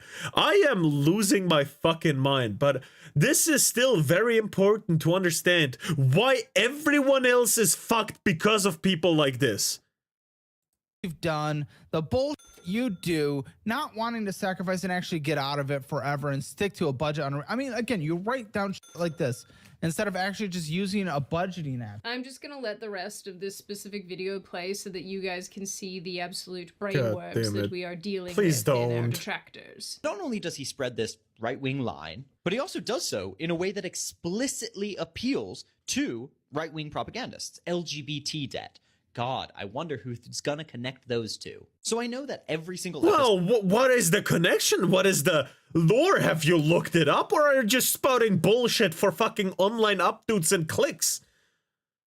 I just want to maybe a slightly better salary, maybe only like $500 more than average. Is that too much to ask? Man, I also want to be slightly above average. That's it. I don't need much. I just need a little bit left over at the end of the month. So I can put it in, you know, well, you are playing Siege, even though it's just suffering. So yeah, but it's a suffering you can still ignore to a certain point. It's not a suffering in terms of physical harm or actual mental scars, because I have mental scars. I know what they're like. Siege does make one angry, and yes, I understand if one doesn't want to play it. I understand fully well. I took year breaks off Siege because it was too much. I get it, but this is beyond stupid. This gives me fucking mental anxiety right now. I almost started fucking crying in the middle of it. I'd rather be stabbed in the abdomen than play Siege. That's not true, and you know it. If I were to play Siege right now and ask you, you would fucking come play. I know. So there's plausible deniability that his goal isn't to blame poor people for their problems, or maybe this individual could do better. But collectively, and his editorial choice to consistently bring them on, is pushing the political line. If all you are shown of stories of poor people are not people that got screwed over by a system, or people that are really trying their best and just can't make ends meet. Fuck you. The people he brings on the show are not trying their best. But are stories of people You're that are lying. struggling No, because of choices they have made or came from privileged backgrounds, which by and large is what Caleb Hammer is showing. And especially if you are given the emotional outlet that he gives to yell at or demean or diminish these people, there is no way for a good fucking reason. I You would know, too. Will, that's this guy's name. His name is Will, who I can tell is probably incredibly bland in real life. Yes. Accountability is definitely going to feel like oppression to entitled people, which is True. probably why you perceive being held to any standard like this. And it's why you blame the person giving advice rather than the person who is spending money like an imbecile. Also, I think it's sort of insane to act like the majority of Caleb's audience are conservative, because I think that this kind of a show appeals to multiple different kinds of people. Yes. You, of course, have conservatives and right-wingers, but you also have people who are just interested in being I more bet the girl is feeling financially better. Hell literate yeah. and are looking for actual financial A little bit advice. of a good update, and at then least. you have the sick and twisted people like me who get a level of enjoyment and catharsis out of I'm sorry, I'm the exact opposite. I get a fucking black pill when I see people like that. watching stupid people get screamed at. Look at the comment section under my video and just tell me, who do you think Caleb Hammer's videos are being directed towards? Genuinely. Because when I said that he's bringing on liberal women, and all of the comments are attacking me for being a liberal woman, you can talk all you want about how septum theory is true, but that will never erase the fact that I am 100% right that all of these videos are being sent to right-wing people who are just going to make comments about people's weight, looks, etc. Septum theory strikes again. One thing that stood out At to least me you're watching people self-aware. binge about Caleb Hammer Jokes in are these writing videos themselves. is that, of course, he's going to appeal to financially normal people Brother. or people who want advice. I'd have modded Women out like the Hispanic slur for white people progress, I guess. Not really. this can't and won't watch him because their politics won't let them. They take issue with his delivery, the way he talks. They perceive accountability as a personal attack. We've actually seen this time and again, and we've talked about it a lot on this channel, but to reiterate, leftists will often take themselves out of countless situations of their own volition and then get mad at the people who are open-minded enough to watch and listen and use that as a way of justifying why everyone involved and around them is right-wing. I just went down a rabbit hole looking at this Caleb Hammer guy's content. No, shut the fuck up. It seems like he's specifically targeting millennials and Gen Z and telling them that it's their fault that they're poor. And you know, sometimes That is not what's happening. He's actively promoting being self-sufficient, being good with money, not doing stupid mistakes with it, not falling into debt traps. Oh my god. These people are so disingenuous. It is, but also you need to acknowledge that the world that we were handed isn't the world that our parents promised us. He's a boomer in a millennial's body. I'm half expecting him to say that everybody's broke because of avocado toast. Sounds like they're seeing themselves in the guests Caleb bring on. Yup, probably. That's a whole lot of projection, man. It's really gross to judge people for taking out student loans when they were 18 years old just because you didn't have to. An 84-month car loan? Why an 84-month car loan? I want lower payments.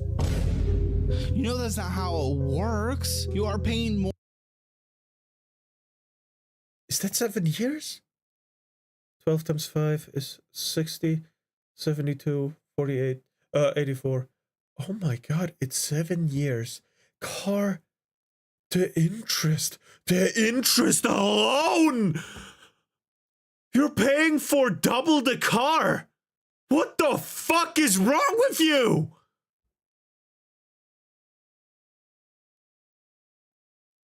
More in interest over time. 2024 Kia Sportage. And it is $638.70. That's an insane car payment for 7 years. Again, the biggest problem here seems to be advocating. You know what's fucked up? Physically being a minor and mentally adult. Oh my god. For any level of I genuinely make the joke. I am a child with adult money. I make that joke a lot, cause you know, adult working, you know, job and shit, but spending it on fucking anime figures. That's the joke, right? But these people are living that joke. They're not making it out to be a joke. They are living that. And I don't understand how. Oh my god. They're just the big projectors at that point. Fuck you, Twitch. You know what's fucked up? No. People are my age call me boring and adults treat me like a self-righteous shithead. Why?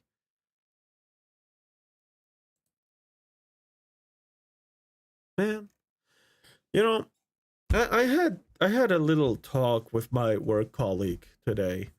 He said, you know, you gotta every now and then you gotta drink for real. And I was like, what do you mean drink for real? Yeah, you know, just take a bottle and you know, just empty that bitch in 10 minutes. I was like, no, I had enough excitement in my life. And he was like, what do you mean enough excitement? Well, I was like, well, do you really want to know?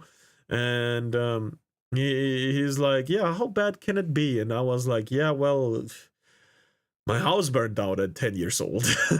I started with that fucking shit trap, and he was like, oh damn. He didn't want to, afterwards he realized he didn't want to pull the pin on that grenade, you know? Child dares to talk, that's why, god damn it.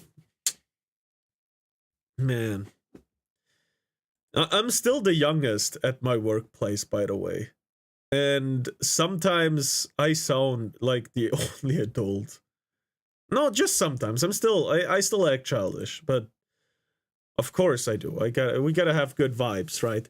But sometimes, you know, I feel like, do I really have to play the adult now? just very, very rarely, but you know. So this kind of shit makes me really angry. Personal financial because it's really like people get this shit gifted to them. They get a golden egg laid in their fucking lap, and instead of making something out of that they can use for the future, they make an omelet. The short-sightedness of that is just disgusting.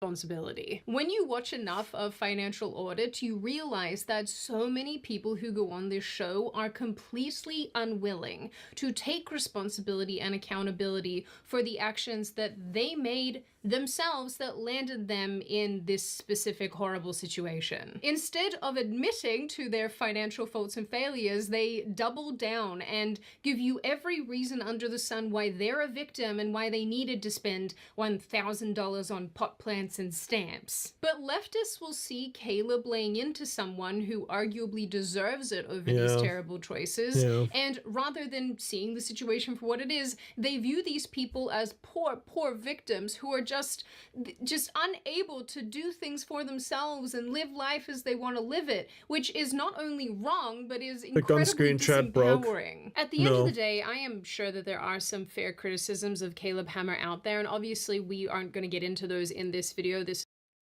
Why?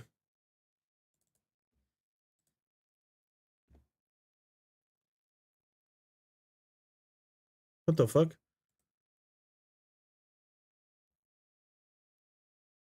Shut up, gringo. What the fuck? That is what got... Wow, Twitch. Fuck you. Half the stuff didn't send hell yeah childhood trauma. And in the end, I became a VTuber co-worker. What? What the fuck? Hold on, let me... Hold on. I'm gonna go back to the video. I'm gonna fix chat by restarting the program. It's that easy.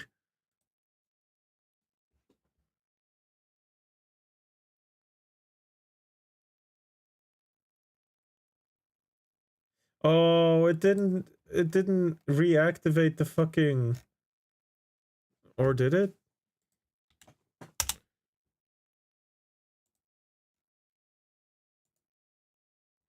Did it not?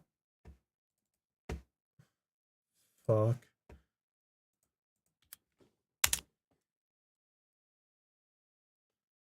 Oh man. Didn't. Oh, whatever. No chat, no YouTube chat for today. I guess I'll pull it up on my own. Hold on. Hold on. Pop out. That easy. Professional streamer, by the way. I can't do anything about it if the program's bugging.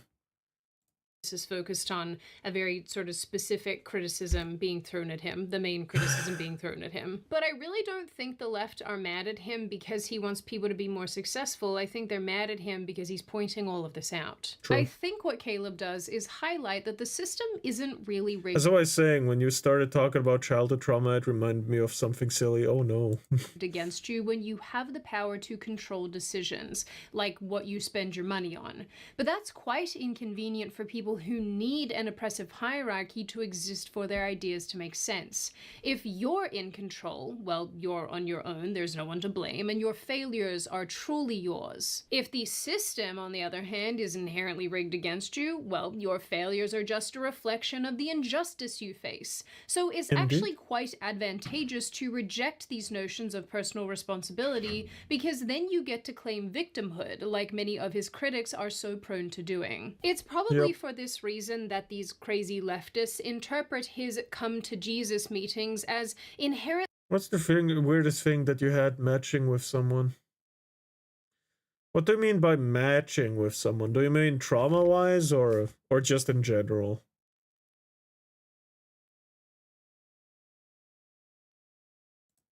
Damaging and bad for the people that he's speaking to. When in reality, Caleb is simply asking them to stop making stupid choices. But these people love stupid choices, don't they? In the end, the irony for me is that if more people actually became financially literate and got their finances together and understood what...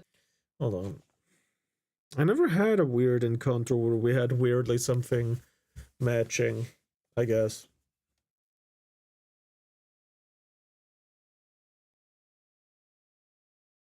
No, I don't think there is anything. They were doing with their money, then I think a lot fewer of them would be so interested in socialism. I'd like to think that they would proceed with systems that would lead to greater wealth and success for them, rather than banging on about initiatives that actually make all of us equally poor. So because I'm not very smart, I forgot to record all of my little outro bits, and I don't feel like turning on my lights again and sitting here and being blasted by the sun. So on that happy and pleasant note, children, and before I open the floor to all of you, this is just Aramina. Actually, this worm thing is not that bad, actually. I think this is fine, too. I think she should do that.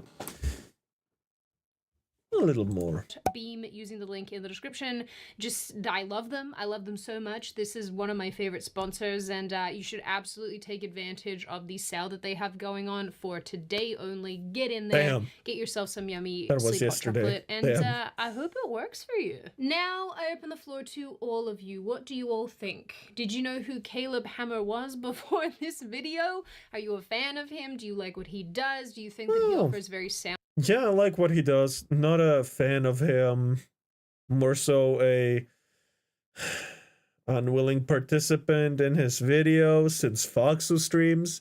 But yeah, Financial he's pretty cool. What he does is a good thing, though. advice? Are you skeptical of his financial advice? What do you make of the fact that the left seem to absolutely despise him? Do you Well, to be fair, it's not even financial advice. He's just giving them a budget and telling them their decisions are fucking stupid. It's not that fucking bad of a thing.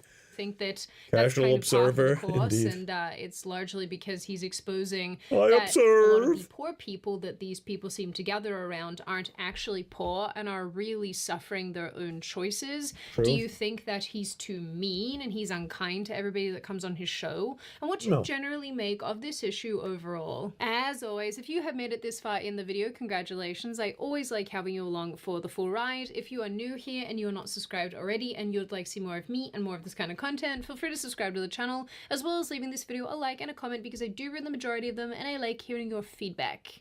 I don't know what my hands are doing. Like I always say, I hope you wonderful little chickadee people stay safe and well and make tremendously good choices, and I will see your Tremendous. wonderful little faces in the next video.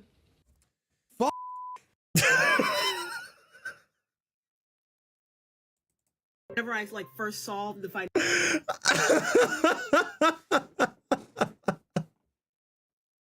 Anyway, this was Sydney Watson. I was in my watch later thing, you know. Can't really.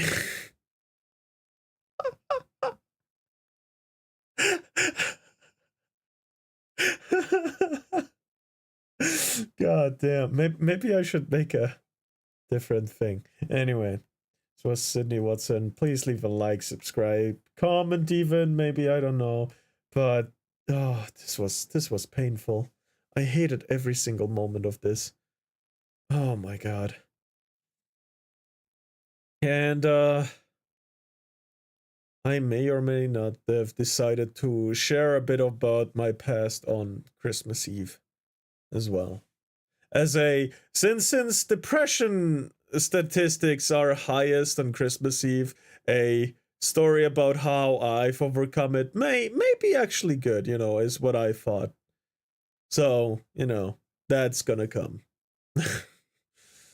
Yeah. Yeah, little childhood trauma as a treat on Christmas Eve. It's still far away. It's still 14 days away, you know, 2 weeks. So, you know, yeah.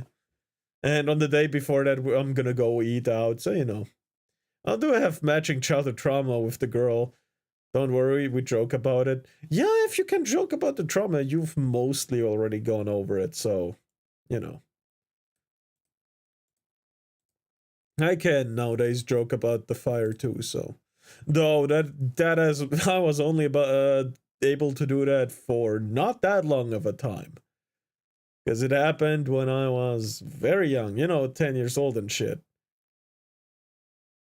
And that's a long far away, and I only get it to can confirm. I usually get sadder during the winter season, mostly loneliness. Indeed. I will still be streaming every single day. I will not be skipping a day, except when I go out to eat with the friends on the 23rd, I believe.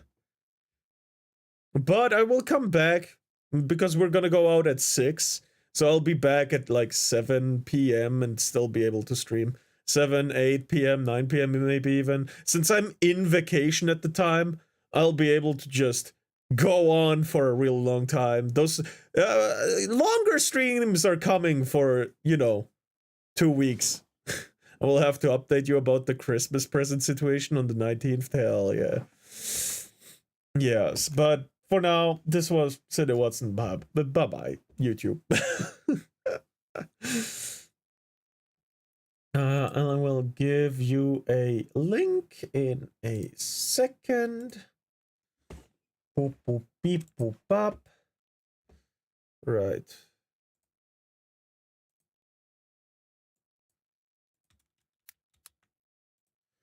Done. Done. And done.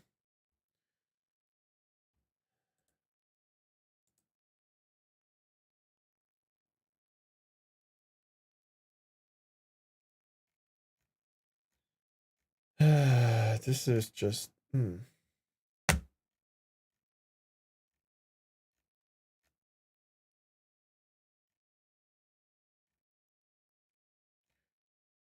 After watching these fucking...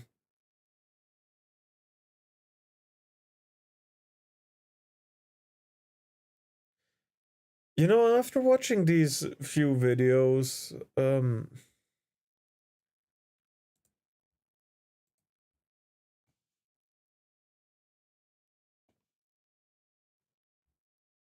don't forget to actually rest week.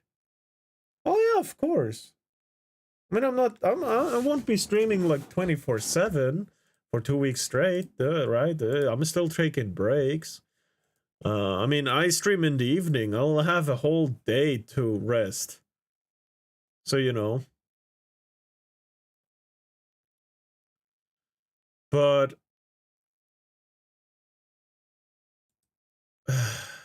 after watching these videos, and I was just on Twitter for a very short time, and when I see what people have problems with, like people doing some stupid ass posts about the burnt peanut when that's not even a conversation worthy topic, it's just something that happened. People are mad at Kitsu for saying she likes to gatekeep. You know, I get a bit weirded out. What the fuck is wrong with the peanut?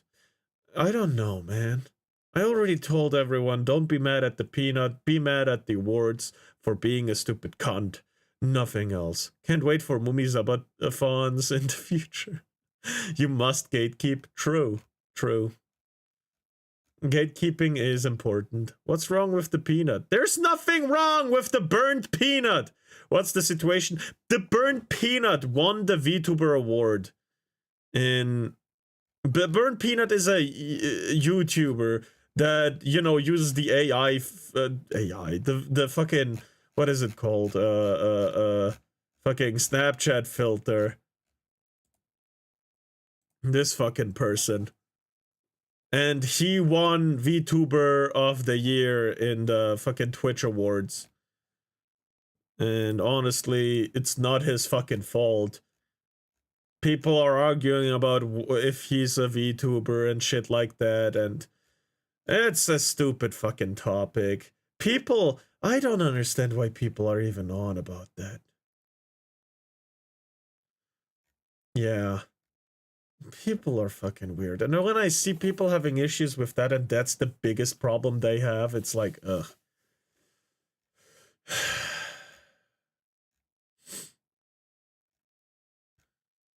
If that's their biggest issue they have in life, well, Mumi is best IRL streamer. Fuck you, buddy.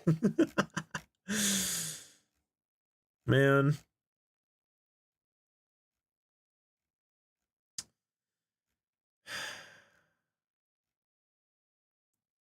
He won the Cali Friends Award because Cali Friends want to tell everyone, hey, we hate VTubers. You know, VTubers are cringe. Yeah, the fucking intro they had was fucking disgusting.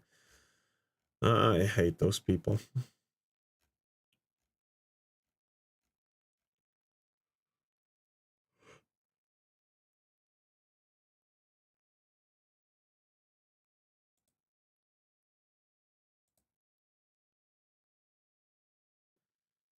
Oh my god.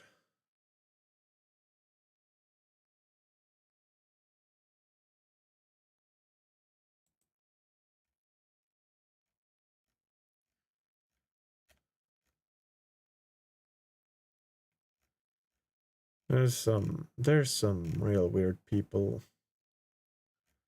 I just don't like it, man.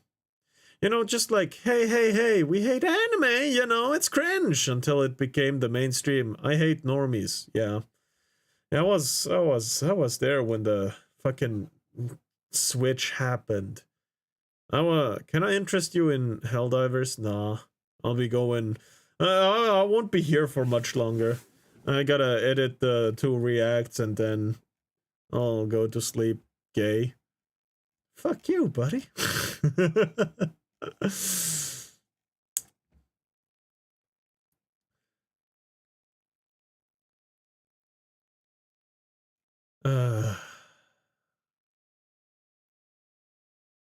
It's exactly why you're gay. Nah. Just because you like me to be. Yeah, I don't need to be. Just because you'd like it, I won't do it. But seriously, man, there's so many problems in the world, and people choose the most stupid things out of all to get mad at.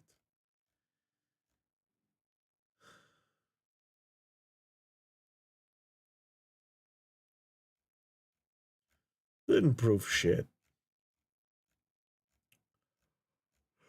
Oh, man.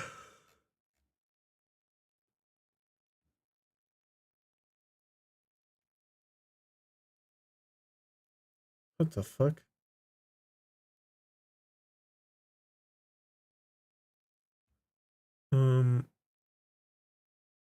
Yeah, no, this is... What the fuck am I seeing?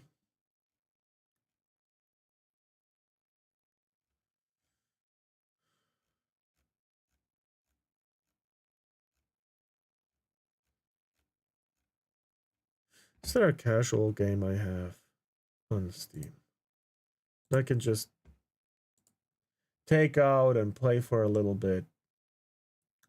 For like 10 minutes or something. To just get some time off. Ready or not? No.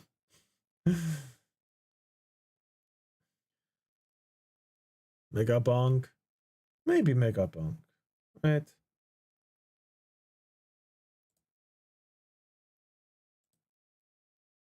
I still have the character on here.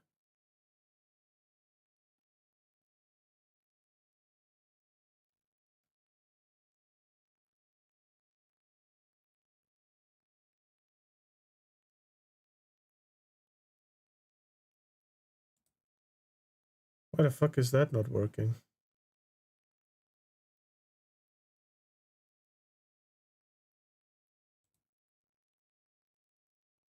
It's fucking...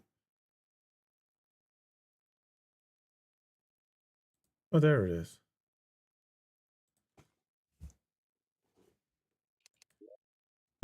Oh!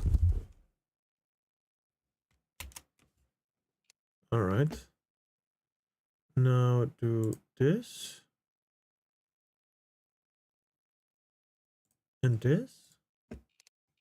And I'm good.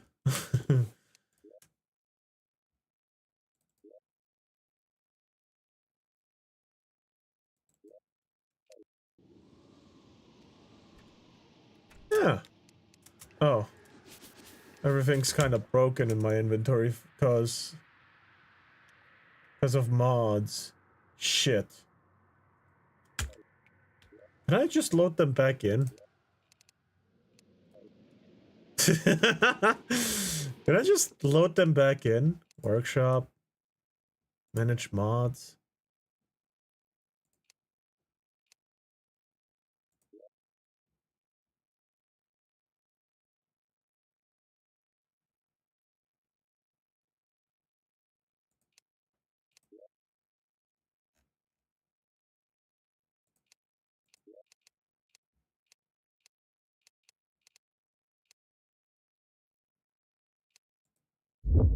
Oh shit. Oh shit.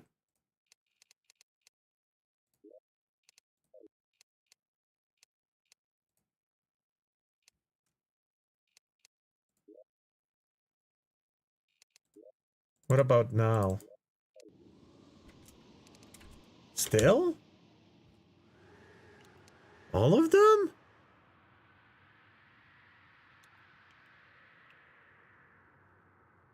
Literally nothing.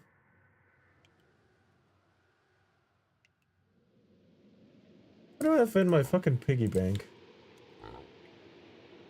Oh my god, nothing. What the hell? What follows you around? Huh. Want to play with that mod someday? It's a very good mod. Oh, the fucking wings that I have are not loading. Hold on. Save and exit. Hold on. Fucking. Let's go gambling! Fuck, that was loud.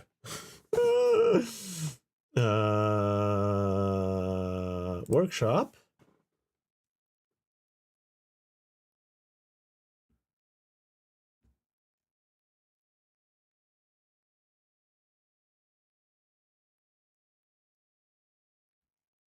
How do I go to the ones I have already subscribed to?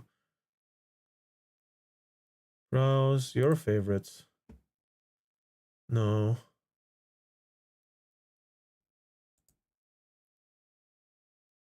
Subscribed items.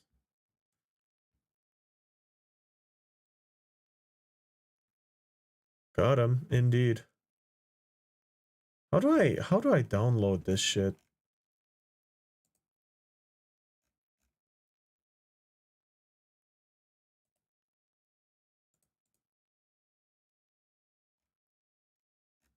How do I download the mods?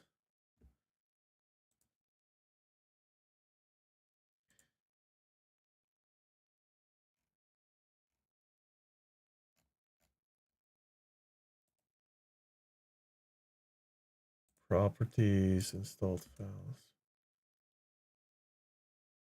Betas.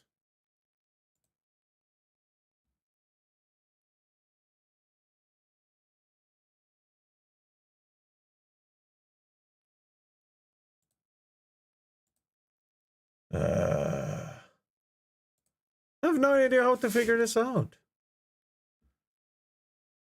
How do I see if I have them fucking installed?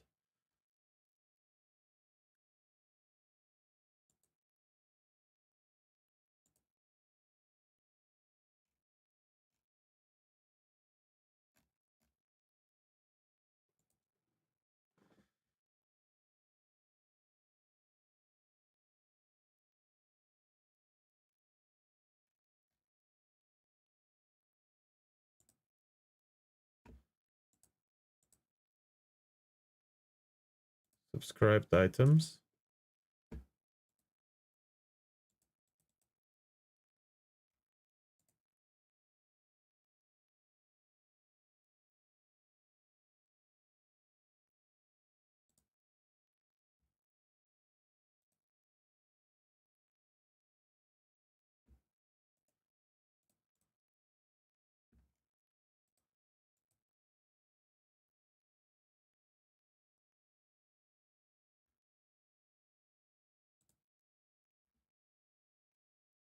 Do I really have to do that with everything?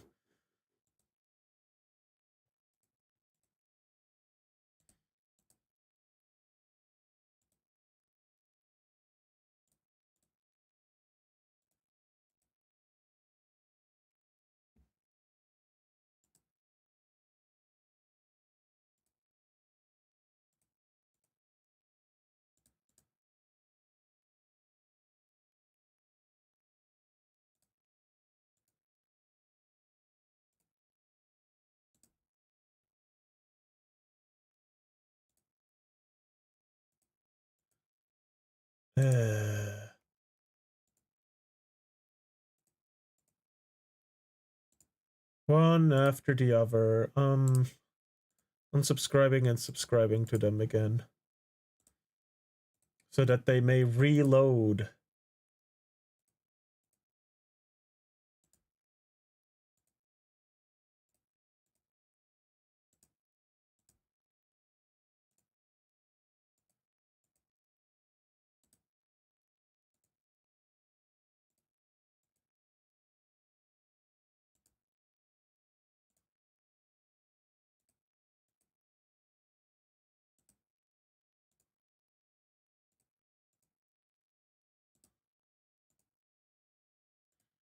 And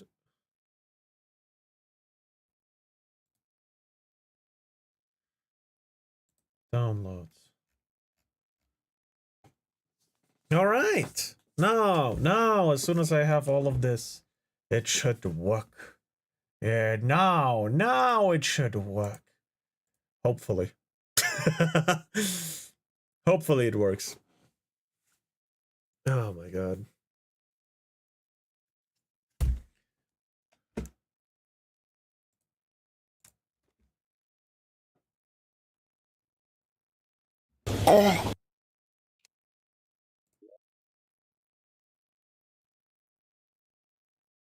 That's okay.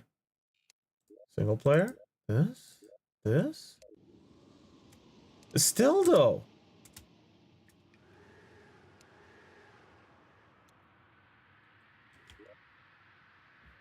Why?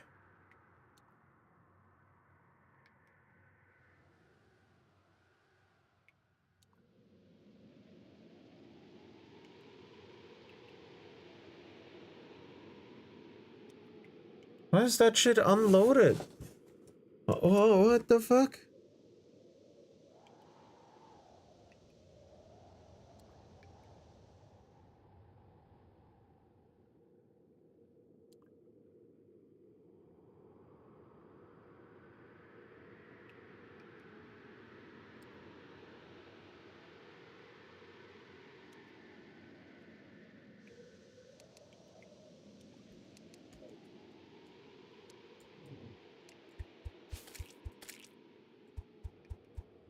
Why is it like this? Hold on.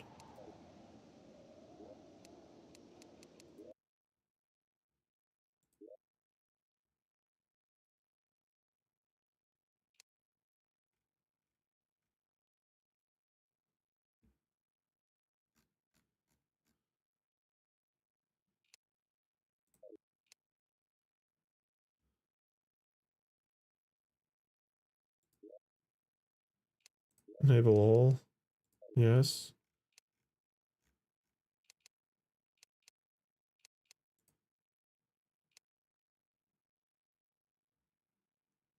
Now maybe? Something still downloading? No.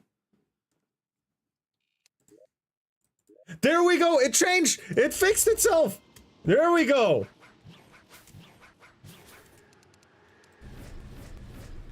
Ah! There we go.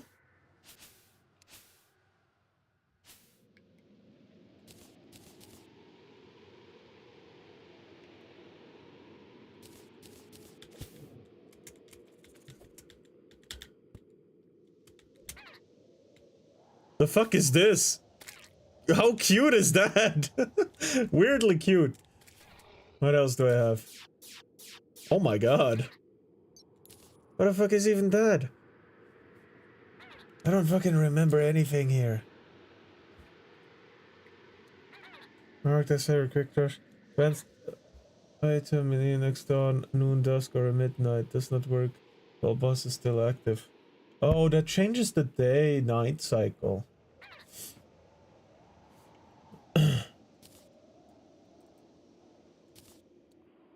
Bro, Devourer of Gods.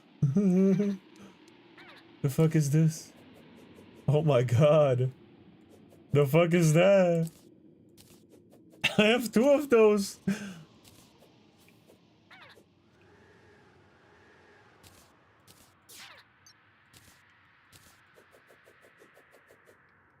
Where is that one really OP item that I had?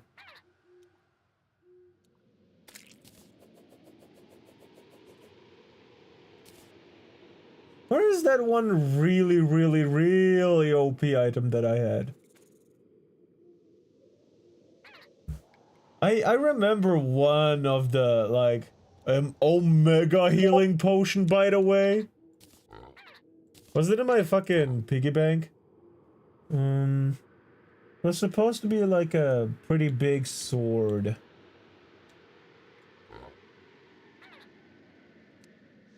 I put it away. No, it's not this one.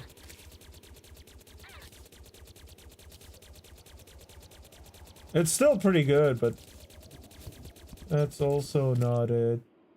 What was it? What was it?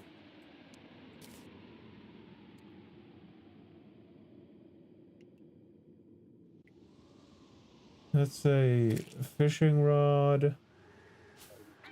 I have other places. Oh yeah, the fucking cosmic.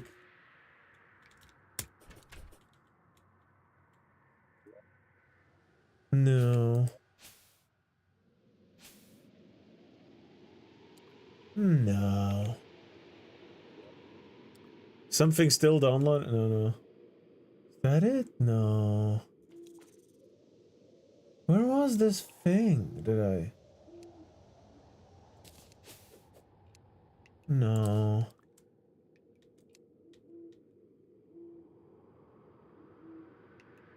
That's also not it.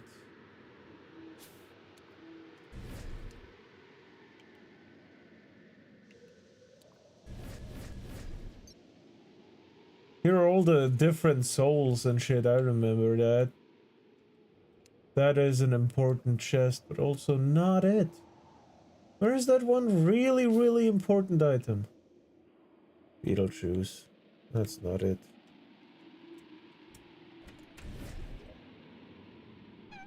Also not it.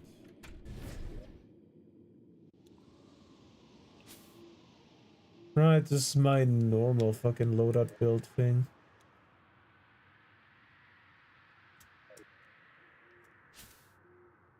Where is that thing? It could also just be transformed and look like not a weapon.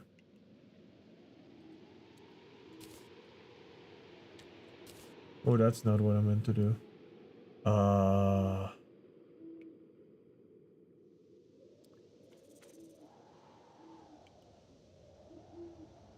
One of these items could maybe be it.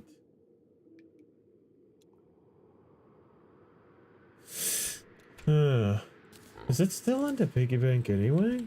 Where's the piggy bank all of a sudden? Where did it go? Or did I make it disappear?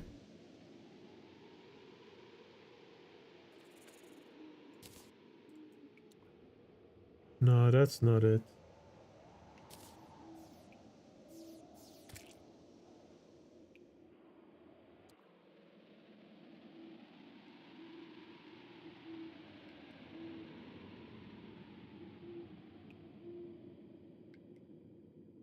Am I fucking blind?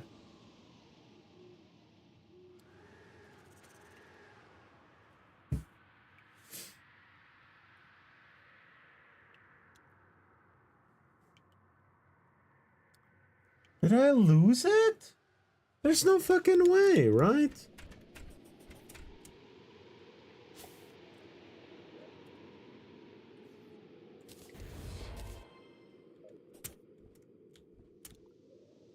It's in the chest. I've been looking at the chests.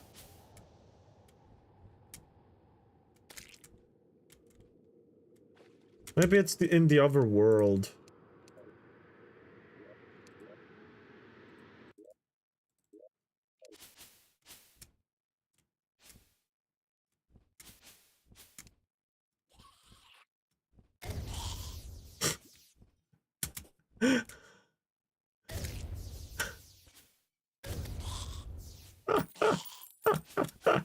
Just getting hit.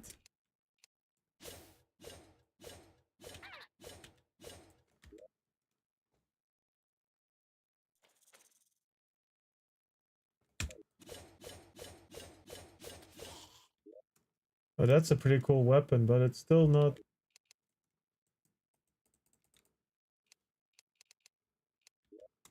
what I want.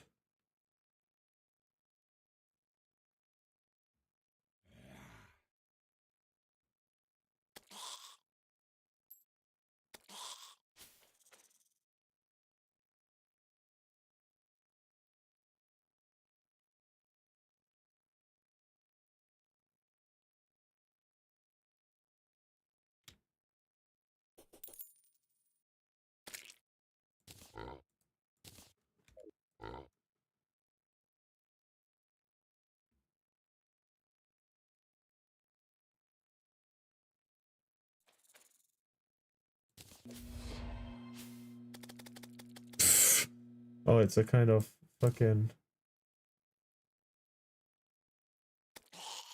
Huh.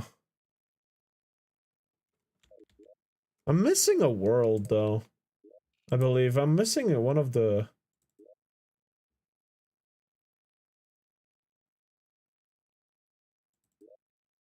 Missing a big-ass world. I believe.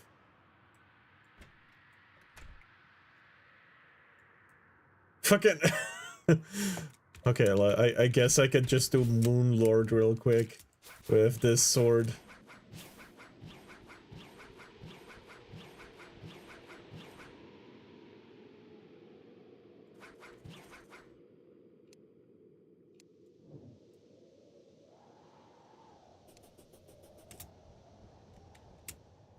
Right, that fucking altar is also a thing. The fuck? Essence of Illume. No idea what that does, but okay, buddy.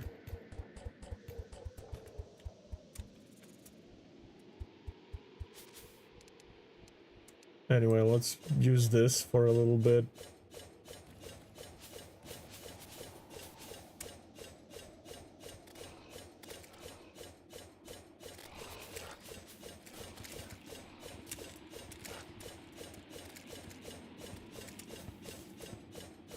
Melt blob.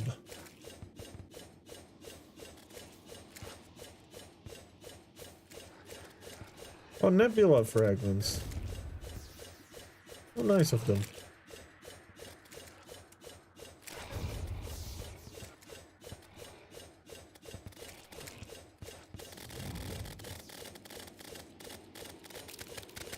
Yep. Damage. Do I need the fucking nebula fragments? Do I?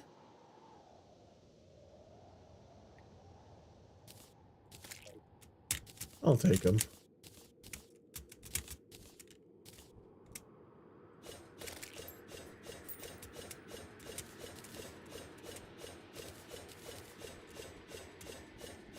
Right.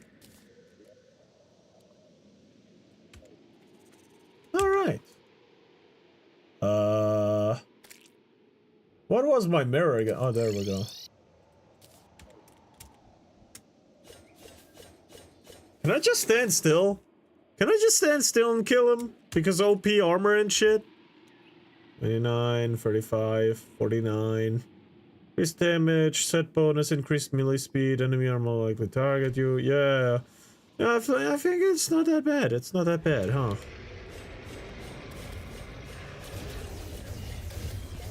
Yeah, I don't think I need to worry. Seriously. I really don't need to worry, I think. Maybe I should go away from my people. I mean, look at this. He's getting fucking cooked.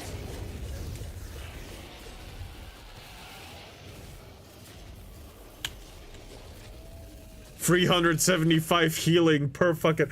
How much HP do I have? 790 HP. Alright, buddy. There's some items I have not seen yet. I have seen this one.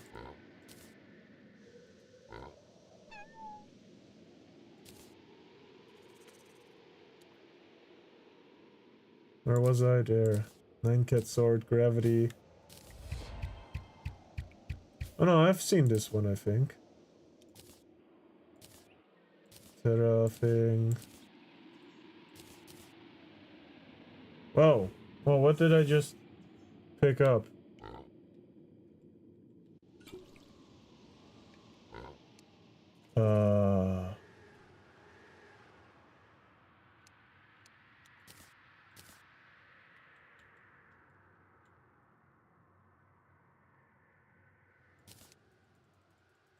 I've already done that, I guess.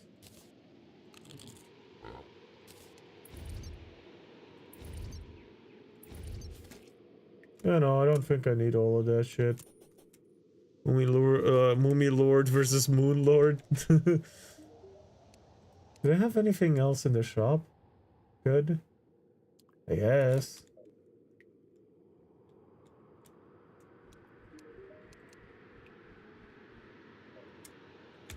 Wait, where is the traveler? There we go. Hey, yo, buddy.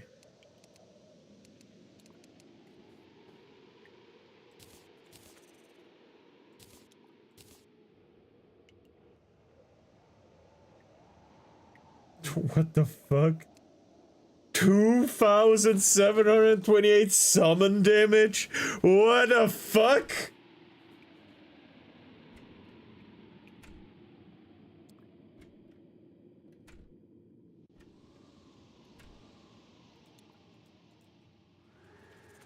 How the fuck do I make this one? What is this numbers, brother? No idea.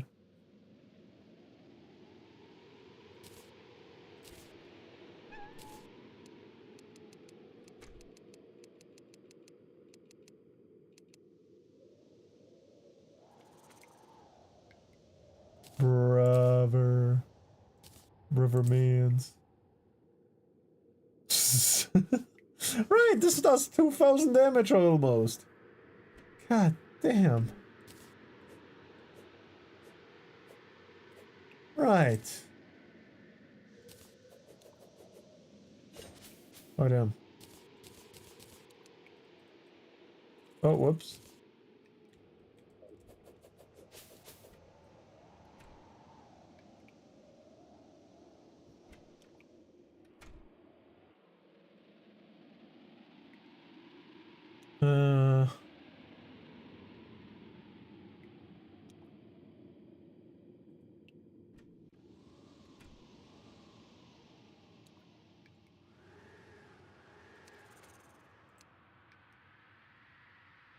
There was, I swear to God, there was a really strong sword I had.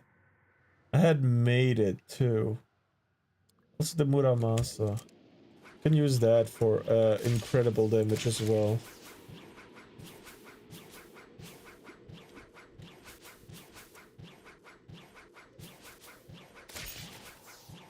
4,000 damage, just like that.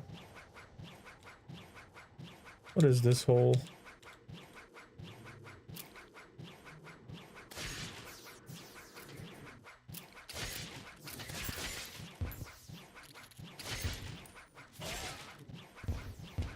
Right, I'm focused on true melee damage.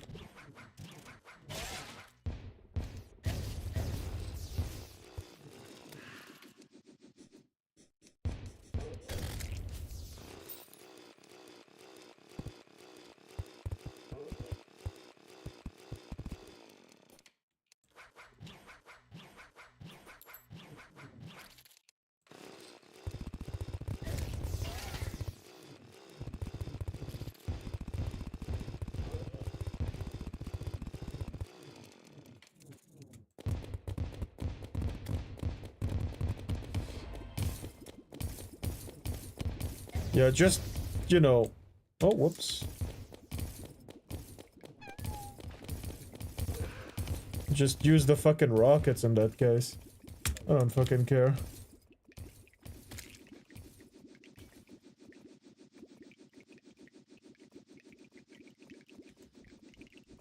Drowning still hurts quite a bit, so I'll be careful of that.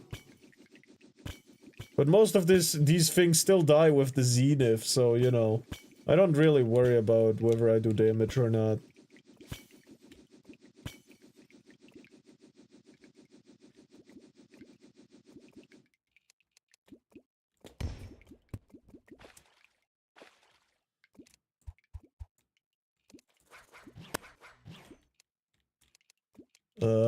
Where is my cannon? There we go.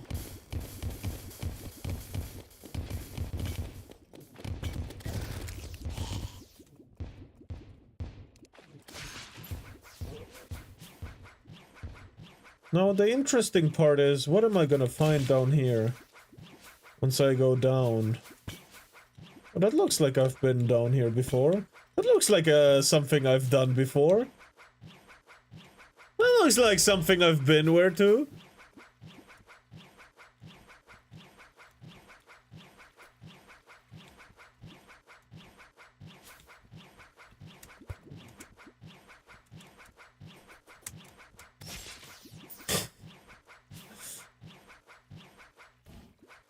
Oh, hello, little thing. Dead. Huh.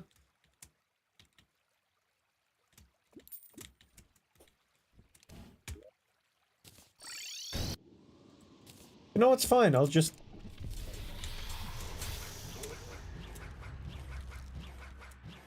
Can I only damage the end part of his thing? No, okay. I'll fight something that's actually dangerous to me. So it's fine. Uh-oh.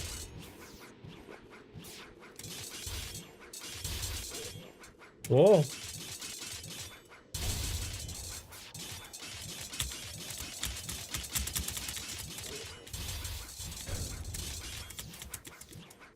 Hey, yo, what? Oh, can he only be fought in fucking nighttime? Ah!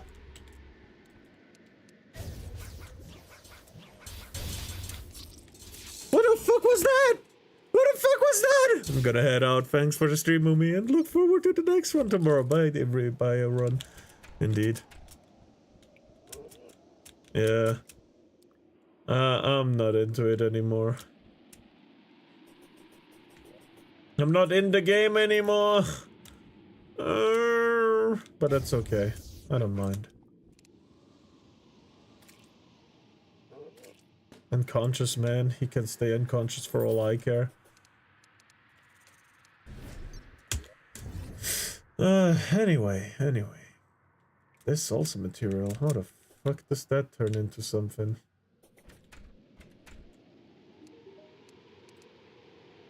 What do you turn into? Magic book. What the fuck?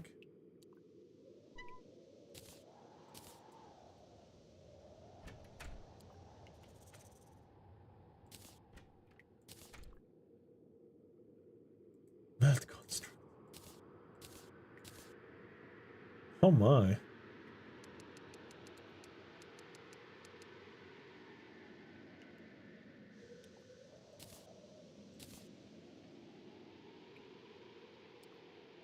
The fucking zenith is material. Berserker's soul. God damn, okay, buddy.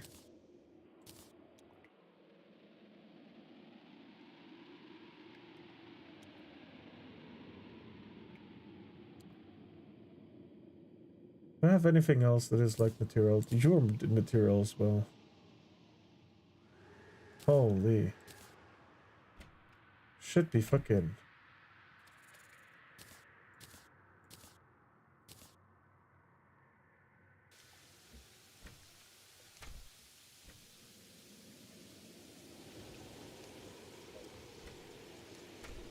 Yeah, it's fine anyway. Anyway, I will stop boring you with the gameplay. I will be will be rating someone. I don't know who yet, but someone definitely. Oh man. Who do we rate?